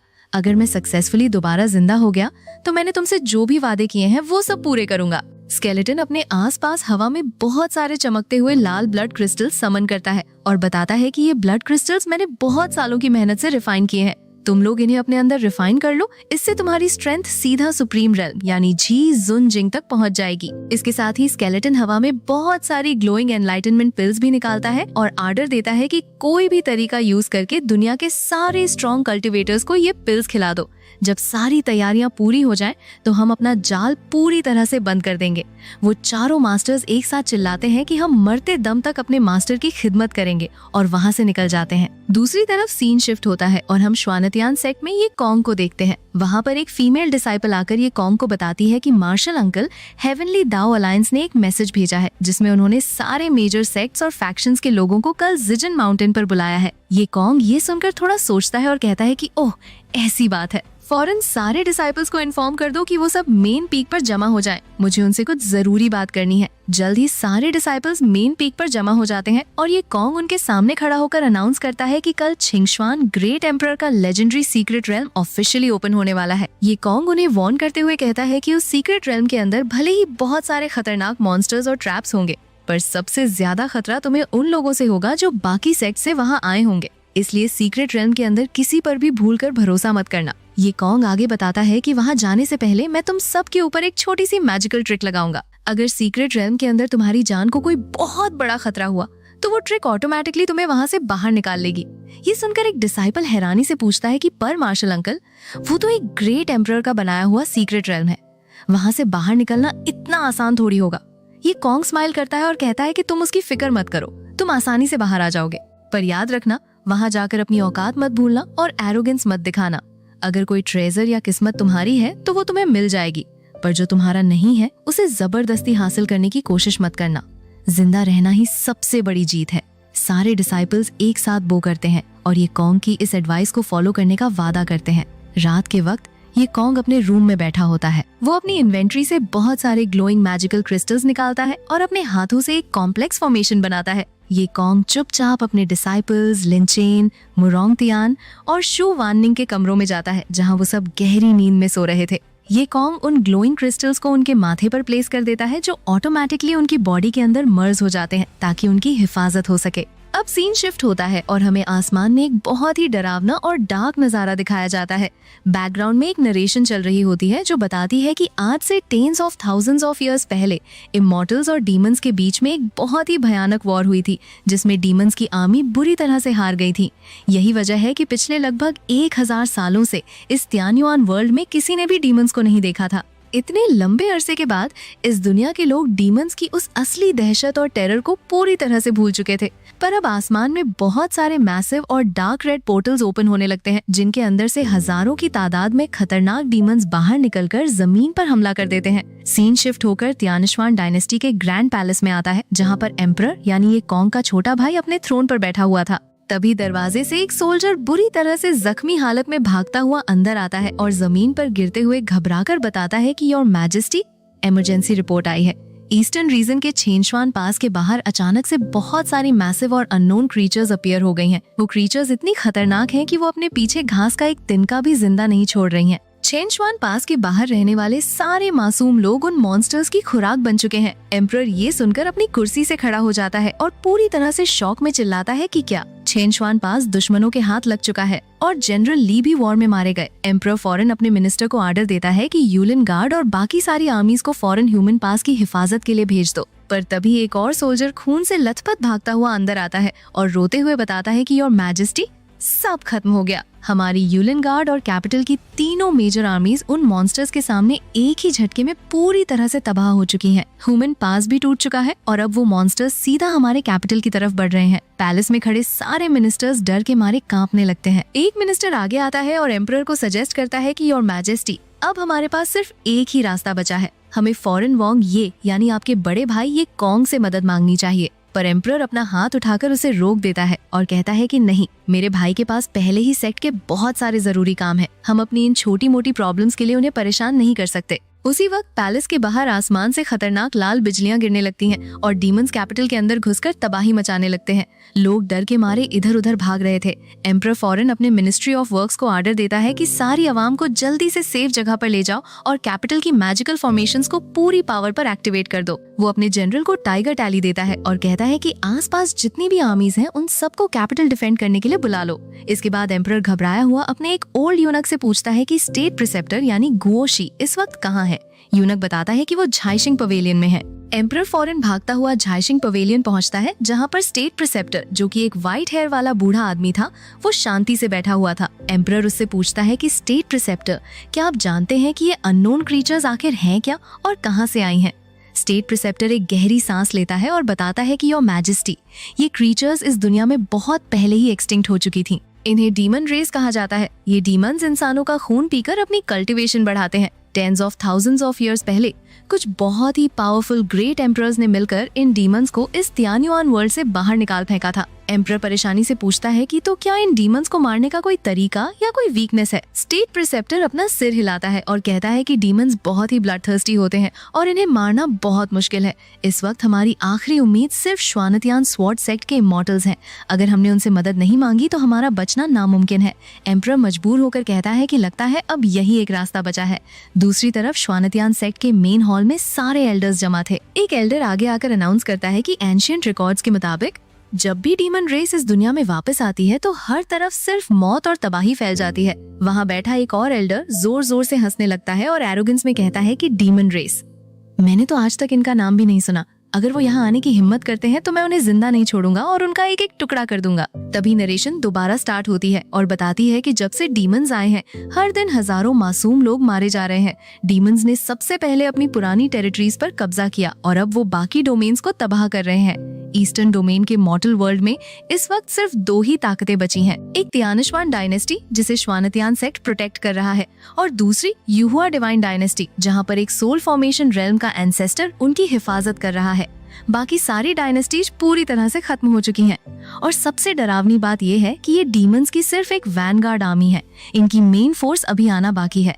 वहीं पर ये कॉन्ग एक पहाड़ी के किनारे शांति से बैठा हुआ था। उसे अचानक से अपने अंदर एक अजीब सी फीलिंग आती है, जैसे तियान्युआन टावर उसे अपनी तरफ बुला रहा हो। ये कॉन्ग फौरन अपनी एंशिएंट रिकॉर्ड्स की बुक निकालता है और उसे पढ़ने लगता है। उस बुक में लिखा था कि डीमन एम्परर के अंडर 4 बहुत ही खतरनाक डीमन लॉर्ड्स हुआ करते थे, जिनके नाम ब्लड, फींड, फोर्स और रैथ थे। पर बुक में ये भी लिखा था कि वो चारों डीमन लॉर्ड्स तो बहुत सालों पहले ही राख बन चुके थे। ये कॉन्ग बुक बंद करता है और सोचता है कि अगर वो मर चुके थे तो अब ये सब क्या हो रहा है। श्वानतियान सेक्ट के मेन हॉल में सेक्ट मास्टर बहुत परेशान थे। एक एल्डर आकर उन्हें बताता है कि सेक्ट मास्टर, हमने पूरे सेक्ट में ढूंढ लिया पर हमें ये कॉन्ग कहीं नहीं मिला। सेक्ट मास्टर एक गहरी सांस लेते हैं और कहते हैं कि चाहे ये कॉन्ग वापस आए या ना आए, हम इस तरह हाथ पर हाथ रखकर नहीं बैठ सकते। हम पूरे सेक्ट को लेकर वहां जाएंगे जहां डीमंस ने हमला किया है और मासूम लोगों को बचाने लिए एक स्ट्रॉन्ग डिफेंस लाइन बनाएंगे। सेक्ट मास्टर आर्डर देते हैं कि डीमंस की तादाद बहुत ज्यादा है और किसी भी वक्त कोई खतरनाक डीमन लॉर्ड वहां आ सकता है,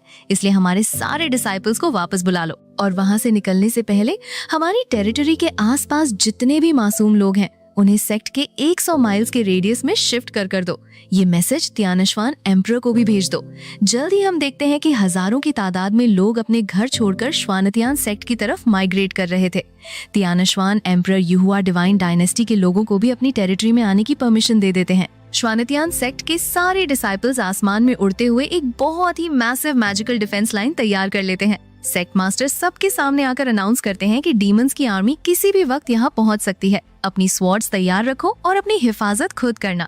अगले ही पल आसमान में बहुत ही डरावने काले बादल जमा हो जाते हैं। उन बादलों के बीच में से एक बहुत ही मैसिव, जायंट और टेरिफाइंग डीमन लॉर्ड का प्रोजेक्शन अपीयर होता है, जिसका नाम डीमन लॉर्ड बा था। वो डीमन लॉर्ड जोर जोर से हंसने लगता है और उसकी आवाज से पूरी जमीन हिलने लगती है। वो चिल्लाता है कि tens of thousands of years के बाद ये एम्परर दोबारा इस तियान्युआन वर्ल्ड में वापस आ चुका है। मेरे बच्चों, अपने किंग का स्वागत करो। वो डीमन लॉर्ड अपना एक बहुत ही मैसिव डार्क हाथ आगे बढ़ाता है और श्वानतियान सेक्ट के मैजिकल बैरियर पर एक जोरदार हमला करता है। बैरियर एक ही सेकंड में पूरी तरह से शटर हो जाता है और डीमंस की आर्मी अंदर घुसकर कल्टिवेटर्स को बेदर्दी से मारने लगती है। सेक्ट मास्टर और बाकी एल्डर्स ये तबाही देखकर पूरी तरह से घबरा जाते हैं। एक एल्डर परेशानी में कहता है कि अब हम क्या करें? हेवनली दाओ अलायंस के लोग अभी तक हमारी मदद के लिए क्यों नहीं आए? और ये कॉन्ग कहाँ चला गया है? वो अभी तक दिखाई क्यों नहीं दे रहा? वो मैसिव डीमन लॉर्ड उन एल्डर्स को देखकर एरोगेंस से हंसने लगता है और कहता है कि मैं तुम जैसे छोटे मोटे कीड़ों का यूज करके अपनी बॉडी को थोड़ा वार्म अप करूंगा। डीमन लॉर्ड अपने हाथ में एक बहुत ही मैसिव और glowing red energy sphere charge करता है और कहता है कि ह्यूमंस अब मौत के लिए तैयार हो जाओ। जैसे ही वो उस मैसिव अटैक को श्वानतियान सेक्ट पर थ्रो करता है, अचानक से आसमान में एक पोर्टल ओपन होता है और वहाँ पर वही क्यूट सा हस्की डॉग अपीयर हो जाता है। हस्की उस डरावने डीमन लॉर्ड और उसके मैसिव अटैक को देखकर बिल्कुल नहीं डरता। वो आगे बढ़ता है और उस पूरे मैसिव रेड एनर्जी ब्लास्ट को एक ही बाइट में खा जाता है। एनर्जी खाने के बाद हस्की एक लाउड बर्प मारता है और बहुत ही क्यूट आवाज में कहता है कि कितना बोरिंग था ये, क्या तुम्हारे पास बस इतनी ही पावर है? सेक्ट मास्टर और बाकी एल्डर्स उस हस्की को पहचान लेते हैं। एक एल्डर खुशी से चिल्लाता है कि अरे, ये तो वही कुत्ता है जो ये कॉन्ग के साथ होता है। इसका मतलब है कि ये कॉन्ग वापस आ गया है। वो जायंट डीमन लॉर्ड उस छोटे से कुत्ते को अपना अटैक खाते हुए देखकर पूरी तरह से शॉक में रह जाता है। अब सीन अचानक से शिफ्ट होता है और स्क्रीन पर लिखा आता है 1 hour ago।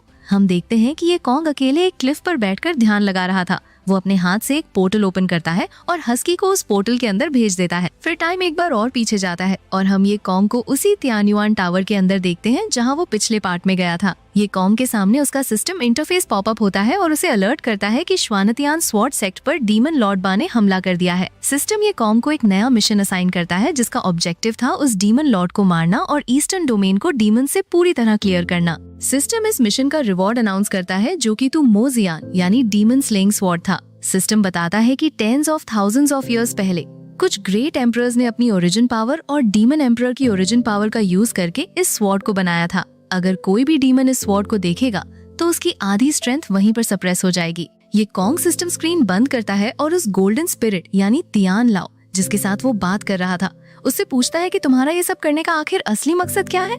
क्या तुमने ये सब सिर्फ इसलिए किया ताकि तुम मुझे अपना मास्टर बना सको? तियान लाओ अपना सिर हिलाता है और बहुत ही सीरियस टोन में कहता है कि नहीं, तुम्हें अपना मास्टर बनाना तो सिर्फ मेरे प्लान का एक छोटा सा हिस्सा है। मेरा जो असली मकसद है उसके बारे में मैं तुम्हें अभी कुछ नहीं बता सकता। जब तुम्हारा लेवल इमॉर्टल रेल्म तक पहुंच जाएगा तब मैं तुम्हें सारी सच्चाई बता दूंगा। तियान लाओ ये कॉन्ग से पूछता है कि मास्टर, आपके पास इस वक्त कितने स्पिरिट स्टोन्स मौजूद हैं? ये कॉन्ग पूछता है कि तुम्हें कितने चाहिए? तियान लाओ कहता है कि आपके पास जितने भी हैं मुझे सब दे दो। ये कॉन्ग हैरानी से पूछता है कि तुम्हें इतने सारे स्पिरिट स्टोन्स का क्या करना है? तियान लाओ बताता है कि हजारों साल पहले वाली उस भयानक वॉर में मैं बुरी तरह से जख्मी हो गया था और मेरी ओरिजिनल बॉडी पूरी तरह डिस्ट्रॉय हो गई थी। अब मैं सिर्फ एक रेमनेंट सोल हूँ और मुझे अपनी बॉडी दोबारा बनाने के लिए बहुत सारे स्पिरिट स्टोन्स की जरूरत है। ये कॉन्ग कहता है कि मेरे पास तो एक भी स्पिरिट स्टोन नहीं है, पर मैं तुम्हारे लिए सेक्ट से अरेंज कर सकता हूँ। वैसे तुम अपनी पीक पावर पर दोबारा कैसे पहुँचोगे? तियान लाओ बताता है कि मेरी ओरिजिन पावर इतनी कमजोर हो चुकी थी कि वो मेरी पूरी बॉडी को सपोर्ट नहीं कर सकती थी, इसलिए मैंने अपनी बॉडी को 3 हिस्सों में डिवाइड कर दिया था। मेरे बाकी के 2 हिस्से भी इस तियान्युआन वर्ल्ड में ही कहीं छुपे हुए हैं। जब मेरी पावर थोड़ी रिकवर हो जाएगी तो हमें उन बाकी हिस्सों को ढूंढना होगा। उसके बाद ही मैं उस 3 पॉइजन गॉड का सामना कर पाऊंगा। पर उस पॉइजन गॉड को हमेशा के लिए खत्म करने के लिए तुम्हारी कल्टीवेशन का इमॉर्टल किंग रेल्म तक पहुंचना बहुत जरूरी है।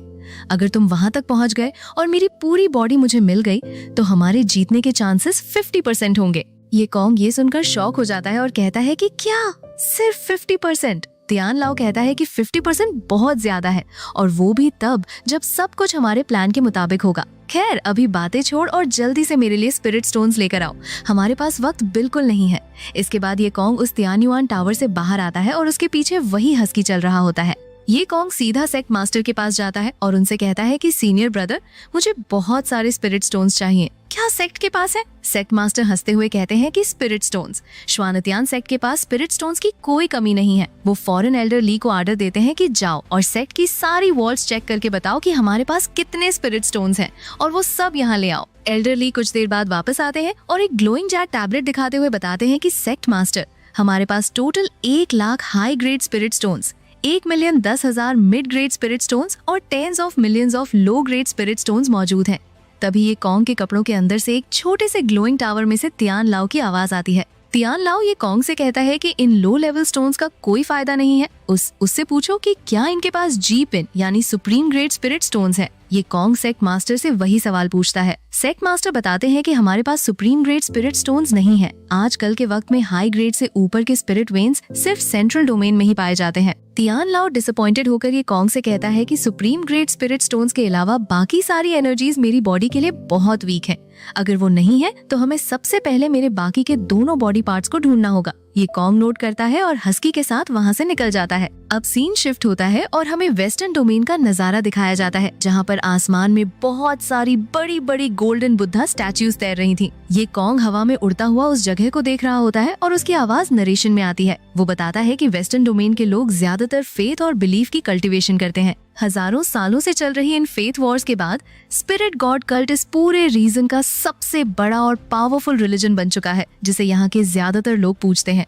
तभी ये कॉन्ग देखता है कि जमीन पर स्पिरिट गॉड कल्ट के कुछ डिसाइपल्स बुरी तरह से भाग रहे थे। उनके पीछे एक बहुत ही टेरिफाइंग डीमन पड़ा हुआ था। एक डिसाइपल रोते हुए कहता है कि ये सब उस हेवनली दाओ अलायंस की गलती है। उनका लीडर यहाँ से भाग गया और उनके सारे लोग भी हमें मारने के लिए अकेले छोड़ गए। उन डिसाइपल्स के आगे एक लड़की थी जो कि उनकी होली मैडन थी। वो उन्हें चुप कराते हुए कहती है कि अब इन बातों का कोई फायदा नहीं। डीमन उनके बिल्कुल पास आ जाता है। होली मैडन मजबूर होकर कहती है कि अब मुझे वही करना पड़ेगा। एक डिसाइपल उसे रोकने की कोशिश करता है और कहता है कि नहीं होली मैडन, आपने अभी तक नेसेंट सोल रेल्म में ब्रेक थ्रू नहीं किया है। अगर आपने उस टेक्निक को यूज किया तो आपकी आगे की कल्टीवेशन पूरी तरह से बर्बाद हो जाएगी। होली मैडन गुस्से में चिल्लाती है कि चुप रहो और मेरी मदद करो। होली मैडन और बाकी डिसाइपल्स मिलकर एक मैजिकल फॉर्मेशन बनाते हैं और आसमान की तरफ हाथ उठाकर चिल्लाते हैं कि लॉर्ड स्पिरिट गॉड अपनी बाउंडलेस पावर का यूज करे और हम मासूम लोगों को बचाएं।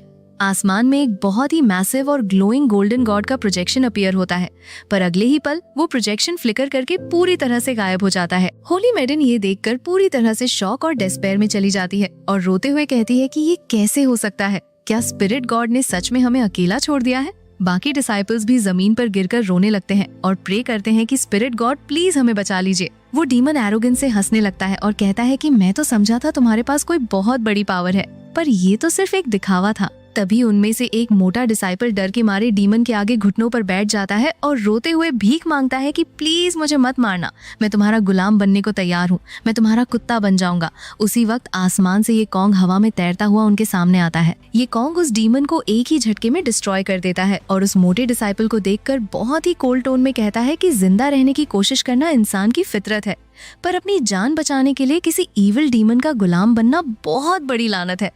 अगले जन्म में थोड़ी सी सेल्फ रिस्पेक्ट लेकर पैदा होना। ये बोलकर ये कॉन्ग उस मोटे डिसाइपल को भी वहीं मार देता है। होली मैडन और बाकी डिसाइपल्स ये कॉन्ग को बो करते हैं और उसकी पावर देखकर उसे थैंक यू कहते हैं। होली मैडन कहती है कि सीनियर, आपने हमारी जान बचाई है। अगर आप बुरा न माने तो प्लीज हमारे स्पिरिट गॉड कल्ट में एज अ गेस्ट चलिए। ये कॉन्ग अपने अंदर तियान लाओ की आवाज सुनता है जो कहता है कि इन लोगों के अंदर मुझे अपनी ऑरा फील हो रही है, इनके साथ जाओ। ये कॉन्ग उस होली मैडन से पूछता है कि तुम्हारा सेक्ट यहाँ से कितनी दूर है। होली मैडन सामने एक बहुत बड़े पहाड़ की तरफ इशारा करके बताती है कि बस वही सामने है। जल्द ही वो सब उस पहाड़ के ऊपर बने ग्रैंड टेम्पल के बाहर पहुंच जाते हैं, पर वहाँ का नजारा देखकर होली मैडन डर जाती है। टेम्पल की सीढ़ियों पर उनके कल्ट के बहुत सारे लोगों की लाशें पड़ी हुई थी और वहाँ का मैजिकल बैरियर पूरी तरह से टूटा हुआ था। वो सब भागते हुए टेम्पल के मेन हॉल में घुसते हैं। अंदर होली मैडन की मास्टर, जो कि एक पिंक कपड़े पहने हुए औरत थी, वो एक बहुत ही ग्लोइंग गोल्डन स्पिरिट के साथ फाइट कर रही थी। होली मैडन ये कॉन्ग से रोते हुए कहती है कि सीनियर, वो गोल्डन स्पिरिट हमारे लॉर्ड स्पिरिट गॉड है और वो औरत मेरी मास्टर है। पता नहीं ये सब क्या हो रहा है, प्लीज मेरी मास्टर को बचाइए। ये कॉन्ग उस गोल्डन स्पिरिट को ध्यान से देखता है और उसकी आंखों में एक चमक आ जाती है।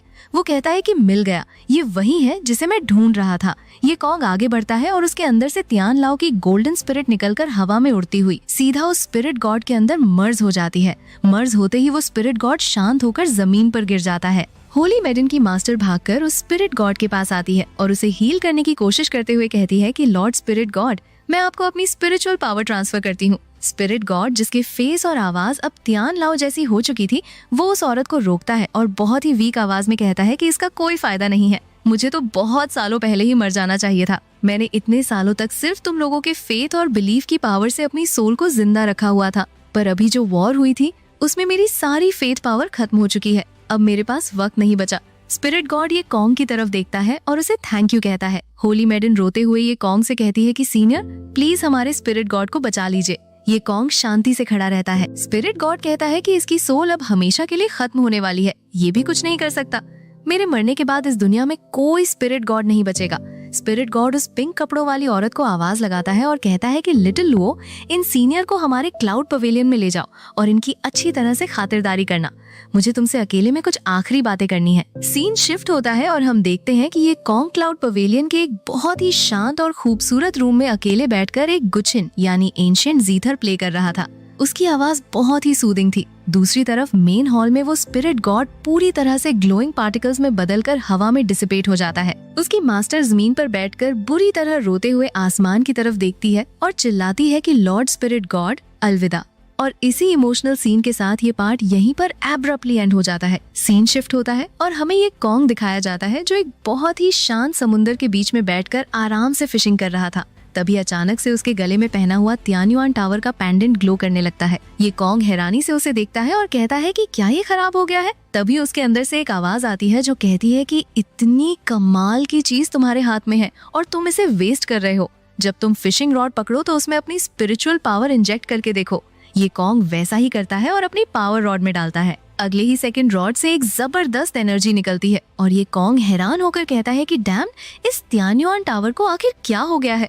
वो आवाज कहती है कि लगता है तुमने कोई बहुत ही जबरदस्त चीज पकड़ ली है, तुम्हारी किस्मत सच में बहुत अच्छी है। इसके बाद हम ये कॉन्ग को एक पहाड़ी पर ध्यान लगाते हुए देखते हैं। वो एक एंशिएंट बुक पढ़ रहा था और अपने आप से कहता है कि इस वक्त मेरी कल्टीवेशन उस लेवल पर पहुंच चुकी है जो इमॉर्टल्स के बिल्कुल करीब है। बल्कि सच कहूँ तो मैं अब एक इमॉर्टल ही बन चुका हूँ। मुझ में और एक इमॉर्टल में सिर्फ स्पिरिचुअल पावर और इमॉर्टल पावर का ही थोड़ा सा फर्क बचा है। तभी उसके सामने उसकी क्यूट सी सिस्टम फॉक्स अपीयर होती है और उसे अलर्ट करती है। सिस्टम बताती है कि मास्टर की कल्टीवेशन अब इन्फिनिटली क्लोज टू इमॉर्टल हो चुकी है, इसलिए अब आपको एक नया मेन मिशन दिया जा रहा है। मिशन ये था कि ये कॉन्ग को केओस यानी हुंदुन को क्रॉस करके सीधा इमॉर्टल रेल्म में एंटर करना होगा और इस मिशन को पूरा करने पर उसे शियानजुन यानी इमॉर्टल सॉवरेन की कल्टीवेशन रिवॉर्ड में दी जाएगी। ये कॉन्ग थोड़ा कंफ्यूज होता है और पूछता है कि इसका क्या मतलब है। सिस्टम बताती है कि इस वक्त तियान्युआन वर्ल्ड का हेवनली दाव पूरी तरह से छुप चुका है और इंसानों ने असेंशन का रास्ता हमेशा के लिए काट दिया है। अब अगर आपको इमॉर्टल रेल्म में जाना है तो सिर्फ एक ही तरीका बचा है और वो ये कि आपको अपनी प्योर पावर का यूज करके इस दुनिया के सारे लॉस को तोड़ना होगा। सिस्टम आगे इस यूनिवर्स का स्ट्रक्चर एक्सप्लेन करती है और बताती है कि तियान्युआन रेल्म के बाहर जो एंडलेस स्पेस है उसे केओस कहते हैं। लेजेंड्स के मुताबिक क्रिएशन गॉड ने इस केओस को 3 हिस्सों में डिवाइड किया था। सबसे बाहर वाले हिस्से को ग्रेट 1000 स्मॉल वर्ल्ड्स कहते हैं, अंदर वाले हिस्से को 3000 ग्रेट वर्ल्ड्स कहते हैं और इस केओस के बिल्कुल सेंटर में इमॉर्टल रेल्म मौजूद है। ये कॉन्ग बिना वक्त जाया किए हवा में उड़ता है और सीधा आसमान को चीरते हुए उस डार्क और एंडलेस केओस में एंटर कर जाता है। वहाँ पर हर तरफ बड़े बड़े प्लैनेट्स और गैलेक्सीज तैर रही थी। ये कॉन्ग तेजी से उस केओस के सेंटर में मौजूद एक बहुत ही बड़े गोल्डन वॉर्टेक्स की तरफ आगे बढ़ता है, पर जैसे ही वो उस वॉर्टेक्स के करीब पहुँचता है, आसमान से बहुत ही खतरनाक लाइटनिंग बोल्ट्स उस पर गिरने लगती हैं। ये लाइटनिंग इतनी भयंकर थी कि कोई भी आम कल्टीवेटर इसमें राख बन जाता, पर ये कॉन्ग बिल्कुल शांत रहता है। वो हैरानी से कहता है कि ये लाइटनिंग मुझ पर गिर तो रही है, पर इससे मुझे कोई नुकसान नहीं हो रहा, बल्कि इस लाइटनिंग की वजह से मेरी फिजिकल बॉडी और भी ज्यादा स्ट्रॉन्ग और पावरफुल हो रही है। ये कॉन्ग की बॉडी एक ग्लोइंग गोल्डन स्केलेटन में ट्रांसफॉर्म होने लगती है और उसकी पूरी फिजिकल फॉर्म दोबारा से रिफोर्ज होती है। कुछ ही सेकंड्स में ये कॉन्ग उस लाइटनिंग स्टॉर्म को क्रॉस कर लेता है और उसकी बॉडी एक नए और सुप्रीम लेवल पर पहुंच जाती है। ये कॉन्ग अपने हाथों को देखता है और कहता है कि क्या अब मैं एक इमॉर्टल बन चुका हूँ। सिस्टम फौरन पॉपअप होती है और उसे कॉन्ग्रेचुलेट करते हुए इमॉर्टल सॉवरेन की इनसेन कल्टीवेशन रिवॉर्ड में दे देती है। ये कॉन्ग उस रिवॉर्ड को एक्सेप्ट करता है और एक कलरफुल पोर्टल के थ्रू टेलीपोर्ट होकर सीधा इमॉर्टल रेल्म में पहुंच जाता है। वहाँ का नजारा बहुत ही खूबसूरत था। आसमान में फ्लोटिंग माउंटेन्स और ग्लोइंग क्लाउड्स थे। ये कॉन्ग उस मैजिकल जगह को देखकर कहता है कि इमॉर्टल रेल्म सच में बहुत कमाल की जगह है। दूसरी तरफ तियान्युआन रेल्म में नरेशन आती है जो बताती है कि हेवनली दाओ अलायंस, जिन्होंने हजारों सालों तक इस दुनिया की हिफाजत की थी, अब वो पूरी तरह से इविल डीमन रेस के गुलाम बन चुके हैं और उन्होंने इंसानियत के साथ गद्दारी की है। अब इस दुनिया में सेंट्रल डोमेन के अलावा उनके छुपने के लिए कोई जगह नहीं बची है। सीन शिफ्ट होता है और हम देखते हैं कि ये कॉन्ग का एक क्लोन जो तियान्युआन रेल्म में ही रुक गया था, वो उड़ता हुआ एक डार्क केव के अंदर जाता है। केव के अंदर उसे एक बहुत ही बूढ़ा और कमजोर आदमी मिलता है। ये आदमी असल में तियान लाओ की एक और रेमनेंट सोल था। तियान लाओ ये कॉन्ग को देखकर कहता है कि फेलो दाओइस्ट, तुमने अपनी असली स्ट्रेंथ को बहुत अच्छे से छुपा कर रखा है। मुझे नहीं पता कि तुम किस एंशिएंट टाइम के पावर हाउस हो, पर तुम्हारी ऑरा से लगता है कि तुम कोई बुरे इंसान नहीं हो। तियान लाओ बताता है कि मेरी ये सोल अब किसी भी वक्त डिसिपेट होने वाली है। इस वक्त उस इविल गॉड ने हेवनली दाओ को पूरी तरह से अपने कंट्रोल में कर लिया है और वो इसे डिवोर करने की कोशिश कर रहा है। उनका असली मकसद इस दुनिया के सारे मासूम लोगों को मारकर उनकी ग्रीड, एंगर और इग्नोरेंस की नेगेटिव एनर्जी को कलेक्ट करना है ताकि इविल गॉड अपनी पूरी पावर में वापस आ सके। ये कॉन्ग थोड़ा हैरान होकर पूछता है कि ये एंसेस्टर गॉड आखिर है क्या। तियान लाओ कहता है कि तुम्हें एंसेस्टर गॉड के बारे में नहीं पता। खैर छोड़ो, आने वाले वक्त में तुम्हें खुद पता चल जाएगा। तियान लाओ अपने हाथ में एक बहुत ही चमकती हुई गोल्डन स्वॉर्ड निकालता है और ये कॉन्ग को देते हुए कहता है कि आज से तुम इस दुनिया के नए गार्जियन हो। इस स्वॉर्ड का नाम हेवन एंड अर्थ स्वॉर्ड है। ये स्वॉर्ड इस दुनिया के लॉज और रूल्स को कंट्रोल कर सकती है। तुम्हारी करंट कल्टीवेशन के हिसाब से तुम इस स्वॉर्ड की 30% पावर को आसानी से यूज कर सकते हो, जो कि उस इविल गॉड को खत्म करने के लिए बहुत है। जैसे ही ये कॉन्ग वो स्वॉर्ड पकड़ता है, उसके सामने सिस्टम फॉक्स अपीयर होती है और उसे एक नया मेन मिशन देती है। मिशन था कि उसे अलायंस ऑफ ऑल गॉड्स बनानी होगी, हेवनली दाओ अलायंस को तबाह करना होगा और इस दुनिया की शांति को वापस लाना होगा। इस मिशन का रिवॉर्ड एंशिएंट गॉड फिजिक था। ये कॉन्ग सिस्टम को देखकर थोड़ा हैरान होता है और पूछता है कि सिस्टम, तुम यहाँ मेरे पास क्या कर रही हो? क्या तुम मेरे मेन बॉडी के साथ इमॉर्टल रेल्म में नहीं गई? पर सिस्टम कोई जवाब नहीं देती। ये कॉन्ग समझ जाता है कि वो सिर्फ एक क्लोन है और उसकी मेन बॉडी इमॉर्टल रेल्म जा चुकी है। वो कहता है कि चलो कोई बात नहीं, अभी जो सामने काम है उसे पूरा करते हैं। ये कॉन्ग केव से बाहर आता है और बहुत ही लाउड आवाज में चिल्लाता है कि जो भी लोग यहाँ हैं फौरन मेरे सामने आओ। अगले ही सेकंड वहाँ पर बहुत सारे व्हाइट रोब्स पहने हुए पावरफुल कल्टिवेटर्स अपीयर होते हैं और ये कॉन्ग के सामने अपने घुटनों पर बैठकर बहुत ही रिस्पेक्ट के साथ बो करते हैं। उनका लीडर जो कि एक ओल्ड मैन था वो आगे आता है और बताता है कि लॉर्ड, पिछले tens of thousands of years में त्यान लाओ ने हम सब की जानें बचाई थी। अब जब वो जा चुके हैं तो आज से आप ही हमारे नए मास्टर हैं और हम मरते दम तक आपके वफादार रहेंगे। ये कॉन्ग उन लोगों की तरफ देखता है और रियलाइज करता है कि इनमें से हर एक कल्टिवेटर के पास एक बहुत ही लेजेंडरी बैकग्राउंड है और इनकी स्ट्रेंथ बहुत ज्यादा हाई है। ये कॉन्ग उस ओल्ड मैन से पूछता है कि तुम्हारा नाम क्या है?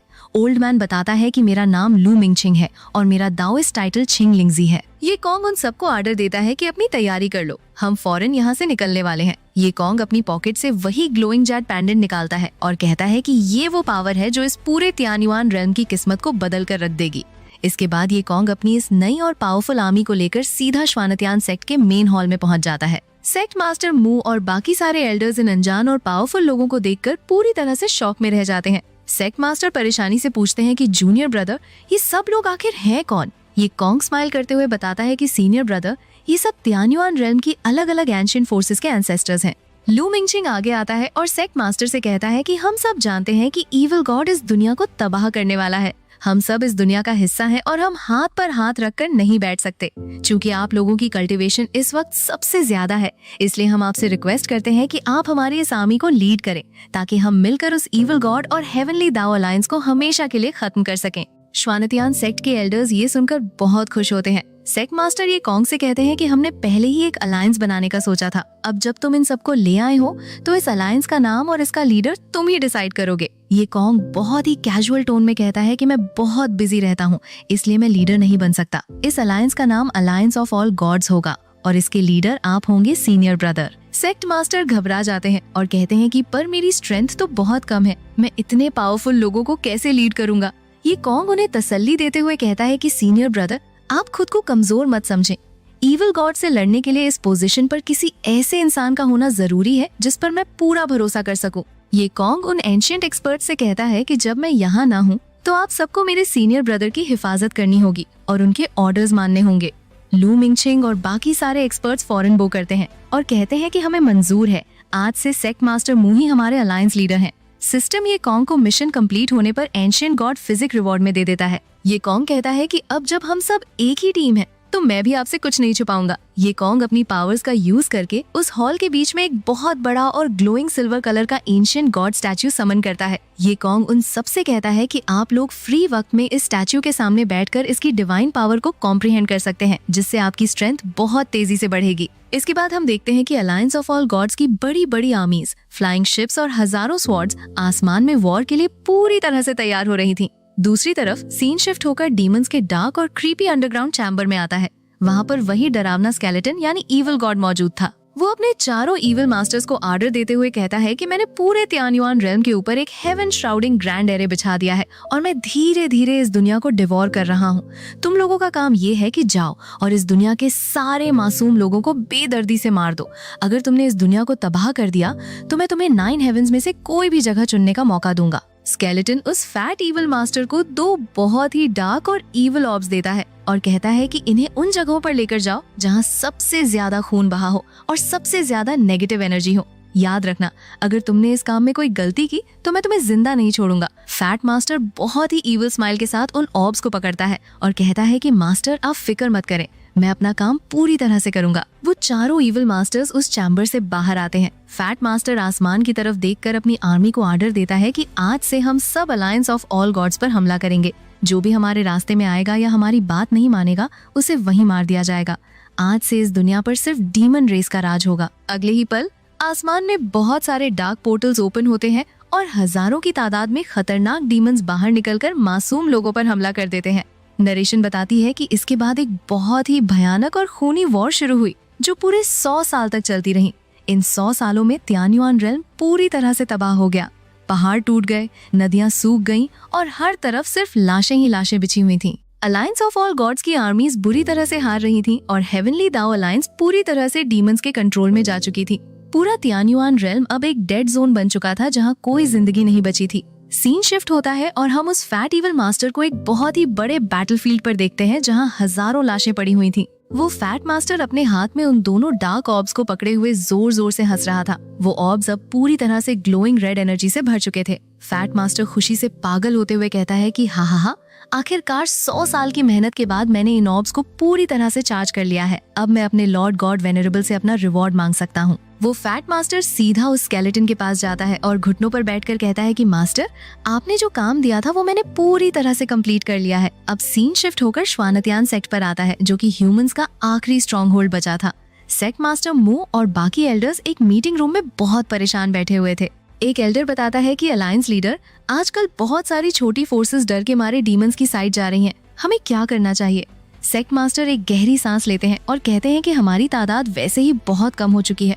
अगर ऐसे ही चलता रहा तो हमारी इनहेरिटेंस हमेशा के लिए खत्म हो जाएगी। तभी एक सोल्जर भागता हुआ अंदर आता है और चिल्लाता है कि जल्दी से डिफेंस एरे एक्टिवेट करो, दुश्मनों ने हमला कर दिया है। सेक्ट के ऊपर एक बहुत ही बड़ा गोल्डन एनर्जी डोम एक्टिवेट हो जाता है और आसमान से हजारों डीमंस उस डोम पर हमला करने लगते हैं। तभी आसमान में वो चारों इविल मास्टर्स अपीयर होते हैं। फैट मास्टर एरोगेंस के साथ आगे आता है और चिल्लाता है कि ये कॉन्ग, फौरन बाहर आओ और अपनी मौत को गले लगाओ। वो चारों मास्टर्स मिलकर अपनी डार्क एनर्जी से उस गोल्डन डोम पर एक जोरदार हमला करते हैं, जिससे वो डोम एक ही सेकंड में शटर हो जाता है और डीमन सेक्ट के अंदर घुसने लगते हैं। तभी ये कॉन्ग हवा में तैरता हुआ उनके सामने आता है। उसके चेहरे पर कोई डर नहीं था। ये कॉन्ग बहुत ही कोल्ड टोन में उन्हें तांट करते हुए कहता है कि क्या तुम लोगों का खेल खत्म नहीं हुआ? चुपचाप अपने सेंट्रल डोमेन में बैठे रहते तो जिंदा बच जाते। तुम्हें पता है कि तुम मुझसे नहीं जीत सकते, फिर भी बार बार मार खाने यहाँ आ जाते हो। फैट मास्टर गुस्से में चिल्लाता है कि बकवास बंद करो, अगले साल का ये दिन तुम्हारी मौत की एनिवर्सरी होगा। फैट मास्टर अपनी सबसे खतरनाक technique myriad demons return to ancestor activate करता है। उसके पीछे आसमान में एक बहुत ही बड़ा और डरावना डीमन का डार्क फैंटम अपीयर होता है। फैट मास्टर हंसते हुए कहता है कि क्या तुम्हें लगता है कि तुम मुझे अकेले हरा लोगे? तुम बहुत वीक हो। तुम एक को हरा सकते हो, 3 को हरा सकते हो, पर क्या तुम हम 5 को एक साथ हरा सकते हो? ये कॉन्ग बिल्कुल शांत रहता है और अपने सिस्टम से एक पोर्टल ओपन करता है जिसमें से वही क्यूट सा हस्की डॉग भौंकता हुआ बाहर निकल आता है। नीचे जमीन पर श्वानत्यान सेक्ट के डिसाइपल्स और उन डीमंस के बीच में एक बहुत ही जबरदस्त और खूनी जंग शुरू हो जाती है। हर तरफ स्वॉर्ड्स और मैजिक अटैक्स चल रहे थे। फैट मास्टर ये कॉन्ग को देखकर कहता है कि तुम अपनी अकेले की पावर से आखिर क्या उखाड़ लोगे? नीचे देखो, तुम्हारे लोग मर रहे हैं। बेहतर यही होगा कि तुम हमारे साथ मिल जाओ। मैं तुम्हें हमेशा के लिए जिंदा रखूंगा और तुम जो मांगोगे वो तुम्हें मिलेगा। ये कॉन्ग की आंखें गुस्से से ग्लो करने लगती हैं। वो कहता है कि तुम्हारी इतनी हिम्मत कि तुम मुझे खरीदने की कोशिश करो। अगर ऐसी ही बात है तो फिर जाओ और मर जाओ। ये कॉन्ग अपनी पूरी पावर रिलीज करके उन चारों मास्टर्स पर हमला कर देता है, पर वो चारों मास्टर्स मिलकर एक बहुत ही पावरफुल डार्क बीम फायर करते हैं जो ये कॉन्ग को हवा में सप्रेस कर देती है। ये कॉन्ग उनके कंबाइंड अटैक का प्रेशर बर्दाश्त नहीं कर पाता और उसके मुंह से खून निकलने लगता है। ये कॉन्ग समझ जाता है कि वो अकेले इन सबको नहीं हरा सकता। वो अपने आप से कहता है कि अगर मैं ऐसे ही लड़ता रहा तो ये लोग मुझे जिंदा खा जाएंगे। मेरे पास हेवन एंड अर्थ स्वॉर्ड को यूज करने का सिर्फ एक आखिरी मौका बचा है। मुझे किसी भी तरह इनमें से कुछ लोगों को अपने साथ मारना होगा ताकि मैं अपनी मेन बॉडी के लिए थोड़ा वक्त खरीद सकूं। ये कॉन्ग अपनी पूरी बची हुई स्ट्रेंथ लगाता है और उस सप्रेशन को तोड़ देता है। वो हवा में अपनी golden heaven and earth sword को बुलाता है और जोर से चिल्लाता है कि heaven and earth sword /3000 annihilation, power of laws, go for me. ये कॉन्ग अपनी स्वॉर्ड को पूरी फोर्स के साथ स्विंग करता है जिससे आसमान में एक आंखें चौंधिया देने वाली गोल्डन स्वॉर्ड वेव निकलती है जो सीधा उन चारों मास्टर्स की तरफ जाती है। वो चारों मास्टर्स घबराकर अपना मैजिकल शील्ड बनाते हैं, पर उस अटैक की पावर इतनी ज्यादा थी कि वो सब पीछे की तरफ ब्लास्ट हो जाते हैं। ये कॉन्ग इस मैसिव अटैक को यूज करने के बाद बुरी तरह थक जाता है और दोबारा खून थूकता है, पर वो चारों इविल मास्टर्स मरते नहीं हैं, बल्कि वो अचानक से डार्क स्मोक में बदलकर एक साथ मर्ज होने लगते हैं। आसमान में एक बहुत ही खतरनाक और बड़ा डीमन एम्परर अपीयर होता है जिसके पीछे डार्क विंग्स थे। डीमन एम्परर जोर जोर से हंसने लगता है और उसकी आवाज से पूरा आसमान हिलने लगता है। वो कहता है कि हा हा हा, तो ये बात है, मैंने तुम जैसे कीड़ों के साथ इतने सालों तक वक्त जाया किया, अब इस खेल को खत्म करने का वक्त आ गया है। डीमन एम्परर एक ही सेकंड में ये कॉन्ग के पास पहुंचता है और उसे अपने डार्क हाथ से पकड़ लेता है। डीमन एम्परर गुस्से में पूछता है कि जल्दी बताओ, वो सील्ड लैंड आखिर कहाँ है?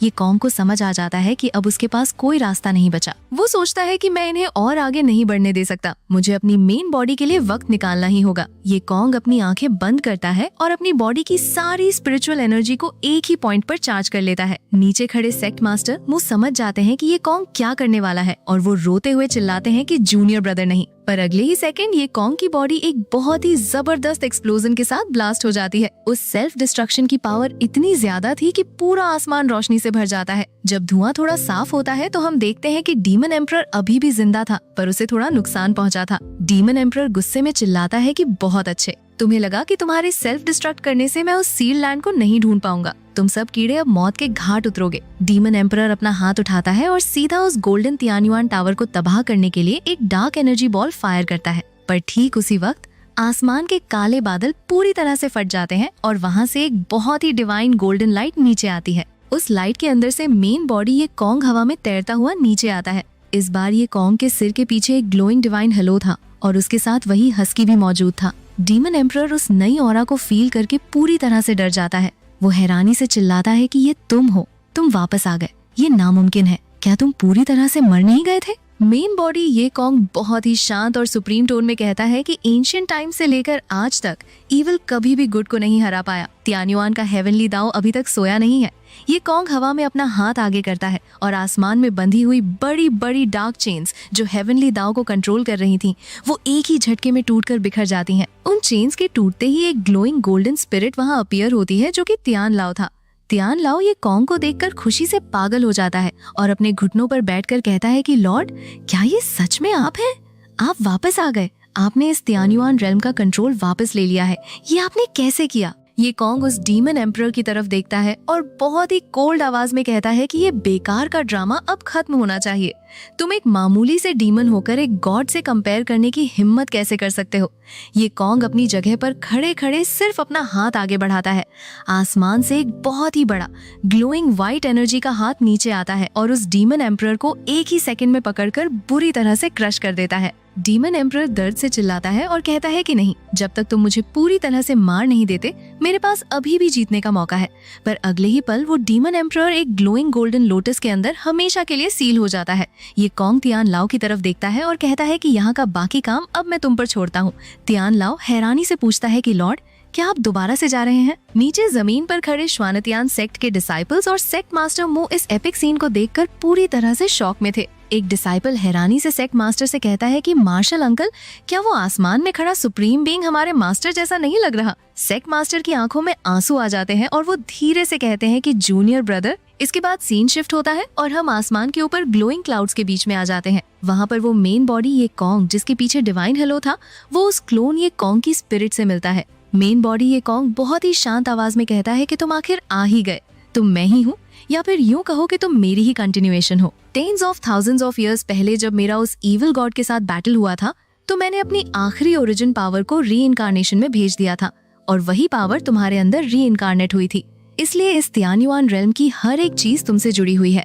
मेन बॉडी आगे बताता है कि अभी के लिए वो इविल गॉड सील जरूर हो गया है, पर वो पूरी तरह से डिस्ट्रॉय नहीं हुआ। तुम्हें अपनी कल्टीवेशन को और आगे बढ़ाना होगा और ट्रू डिवाइन रेल्म तक पहुंचना होगा ताकि तुम उसे हमेशा के लिए मिटा सको। मेन बॉडी अपना हाथ आगे करता है और उसके अंदर से एक ग्लोइंग गोल्डन लाइट निकलकर क्लोन ये कॉन्ग के अंदर मर्ज होने लगती है। मेन बॉडी कहता है कि ये मेरी पूरी इनहेरिटेंस है जो मैं तुम्हें दे रहा हूँ, आगे का सफर अब तुम्हारे हाथों में है। ये बोलते ही वो मेन बॉडी ये कॉन्ग पूरी तरह से ग्लोइंग पार्टिकल्स में बदलकर हवा में फेड हो जाता है। आखिर में क्लोन ये कॉन्ग के सामने उसका सिस्टम इंटरफेस एक आखिरी बार पॉपअप होता है। सिस्टम एक बहुत ही जेंटल आवाज में कहती है कि डिंग, कांग्रेचुलेशंस होस्ट, आपने अपना अल्टीमेट और फाइनल मिशन सक्सेसफुली कंप्लीट कर लिया है। अब ये सिस्टम हमेशा के लिए अनइंस्टॉल होने जा रहा है। मेरी दुआ है कि होस्ट अपने गॉड बनने के इस सफर पर हमेशा ऐसे ही आगे बढ़ते रहें और उन्हें कोई रोक ना सके। ये कॉन्ग की आंखों में एक हल्की सी स्माइल आ जाती है और वो बहुत ही इमोशनल टोन में कहता है कि सिस्टम, इतने सालों तक मेरे साथ रहने और मेरा साथ देने के लिए बहुत बहुत शुक्रिया। इसके बाद ये कॉन्ग मुड़कर आसमान की तरफ देखता है और एक नए सफर के लिए आगे बढ़ जाता है। वीडियो के बिल्कुल एंड में हमें एक बहुत ही पीसफुल सीन दिखाया जाता है जहाँ ये कॉन्ग एक खूबसूरत पहाड़ी पर अपने डिसाइपल के साथ आराम से बैठकर टी पी रहा होता है। टी पीते हुए कहानी एक बार फिर से पास्ट में शिफ्ट होती है जहां हमें कुछ पुराने और बहुत ही जरूरी इवेंट्स डिटेल में दिखाए जाते हैं। सीन की शुरुआत में हम ये कॉन्ग को अपने यंग डिसाइपल लिन चेन के साथ बैठा हुआ देखते हैं। ये कॉन्ग लिन चेन से उसके पास्ट के बारे में पूछता है। लिन चेन थोड़ा उदास होकर बताता है कि 10 साल की उम्र से पहले की उसकी सारी मेमोरीज पूरी तरह से ब्लैंक है। उसे कुछ भी याद नहीं है, बस इतना याद है कि उसे किसी ने अडॉप्ट किया था और बाद में उसके उन अडॉप्टिव पेरेंट्स को बेदर्दी से मार दिया गया था। ये कॉन्ग उसकी बात सुनकर पूछता है कि क्या तुम अपनी वो पुरानी मेमोरीज दोबारा वापस लाना चाहते हो। लिन चेन फौरन हामी भरता है और कहता है कि हाँ मास्टर, मेरे दिल में हमेशा एक आवाज आती है जो मुझे कहती है कि मुझे अपना बदला लेना है और अपनी असली आइडेंटिटी ढूंढनी है। ये सुनकर ये कॉन्ग अपने राइट हैंड की 2 उंगलियां आगे करता है और एक ग्लोइंग ब्लू मैजिक लिन चेन के माथे पर पॉइंट करता है।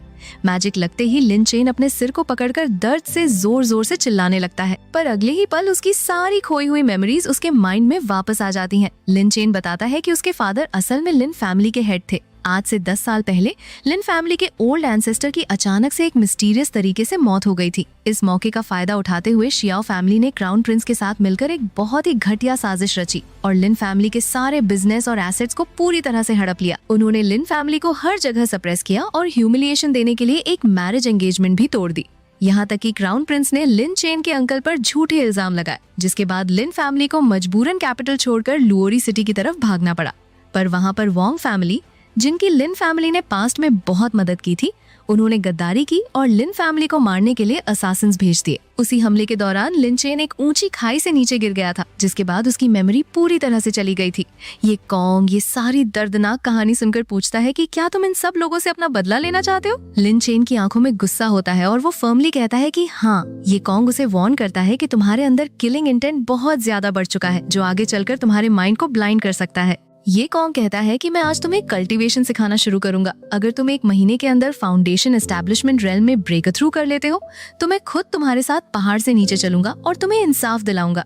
लिन चेन परेशान होकर कहता है कि पर मास्टर, मेरे मेरिडियंस तो पैदाइशी ब्लॉक हैं। मैंने बहुत कोशिश की पर मैं कल्टीवेशन कर ही नहीं सकता। ये कॉन्ग हल्का सा स्माइल करता है और कहता है कि ये कौन सी बड़ी बात है, मैं अभी ठीक कर देता हूँ।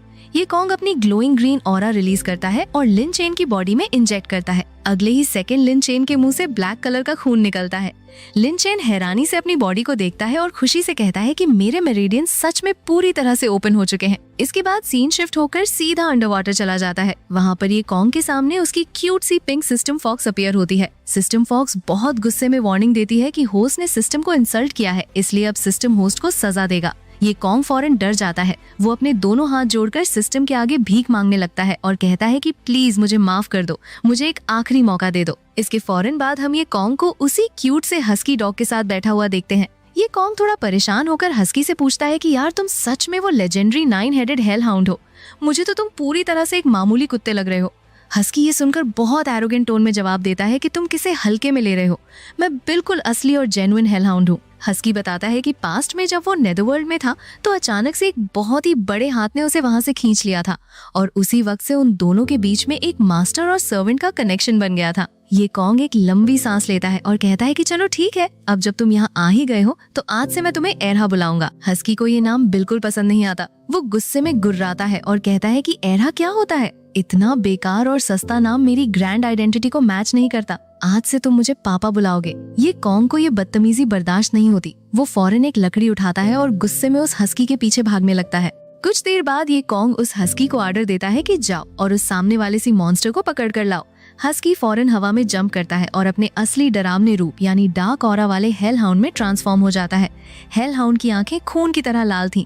वो सीधा पानी के अंदर एक बहुत ही खतरनाक ग्रीन कलर के ड्रैगन जैसे सी मॉन्स्टर पर हमला कर देता है। दोनों के बीच में एक छोटी सी फाइट होती है, जिसके बाद हेल हाउंड उस ग्रीन मॉन्स्टर को बुरी तरह से हराकर किनारे पर ये कॉन्ग के सामने पटक देता है। ये कॉन्ग उस जख्मी सी मॉन्स्टर से पूछता है कि जल्दी बताओ इस बिटर सी का आखिर क्या राज है, पर वो मॉन्स्टर डर के मारे एक लफ्ज भी नहीं बोलता। हस्की वापस अपने क्यूट रूप में आकर ये कॉन्ग को बताता है कि मास्टर, इस मॉन्स्टर की बॉडी पर एक सोल लॉक रेस्ट्रिक्शन लगी हुई है।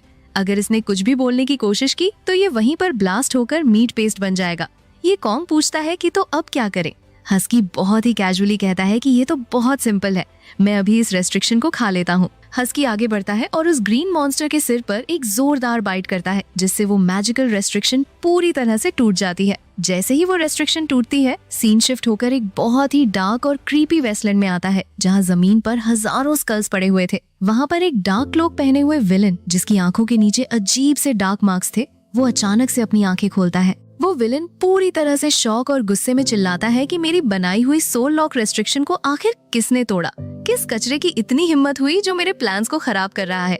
वो विलन वो करता है कि वो इस पूरी जगह की डेथ ऑरा को अब्सॉर्ब करके अपनी स्ट्रेंथ वापस लाएगा और उस इंसान को जलाकर राख कर देगा। वापस अंडर वाटर वो ग्रीन सी मॉन्स्टर रेस्ट्रिक्शन टूटने के बाद जोर जोर से हंसने लगता है और कहता है कि आखिरकार मैं आजाद हो गया। ये कॉन्ग दोबारा उससे वही सवाल पूछता है। सी मॉन्स्टर बताता है कि मैं इस बिटर सी के अंदर ही पैदा हुआ था। हमारी सी मॉन्स्टर रेस पैदाइशी इविल या खतरनाक नहीं थी। हमारी असली घर इमॉर्टल रेल्म के अंदर मौजूद सी मॉन्स्टर आइलैंड था, जहाँ हम शांति से रहते थे। पर फिर एक दिन वो शख्स वहाँ पर आया। उस इविल इंसान ने जबरदस्ती हम सबको एक अजीब सी डार्क मेडिसिन पिलाई और एक क्रीपी फ्लूट प्ले करके हमारे माइंड्स को पूरी तरह से कंट्रोल कर लिया। उस मेडिसिन और फ्लूट की वजह से हमारे लोग मैड डीमंस बन गए। उस विलन ने हमारी रेस को बेदर्दी से मारा और हमारी बॉडीज को रिफाइन करके ब्लड स्टोन्स बना दिए, ताकि वो एक बहुत ही बड़े हेवन शेकिंग एरे को एक्टिवेट कर सके। सी मॉन्स्टर बताता है कि मैंने उसके खिलाफ बगावत की थी, जिसके नतीजे में उसने मुझे बुरी तरह जख्मी करके यहाँ एक्साइल कर दिया और मुझे इस ब्लड स्टोन एरे में हमेशा के लिए ट्रैप कर दिया।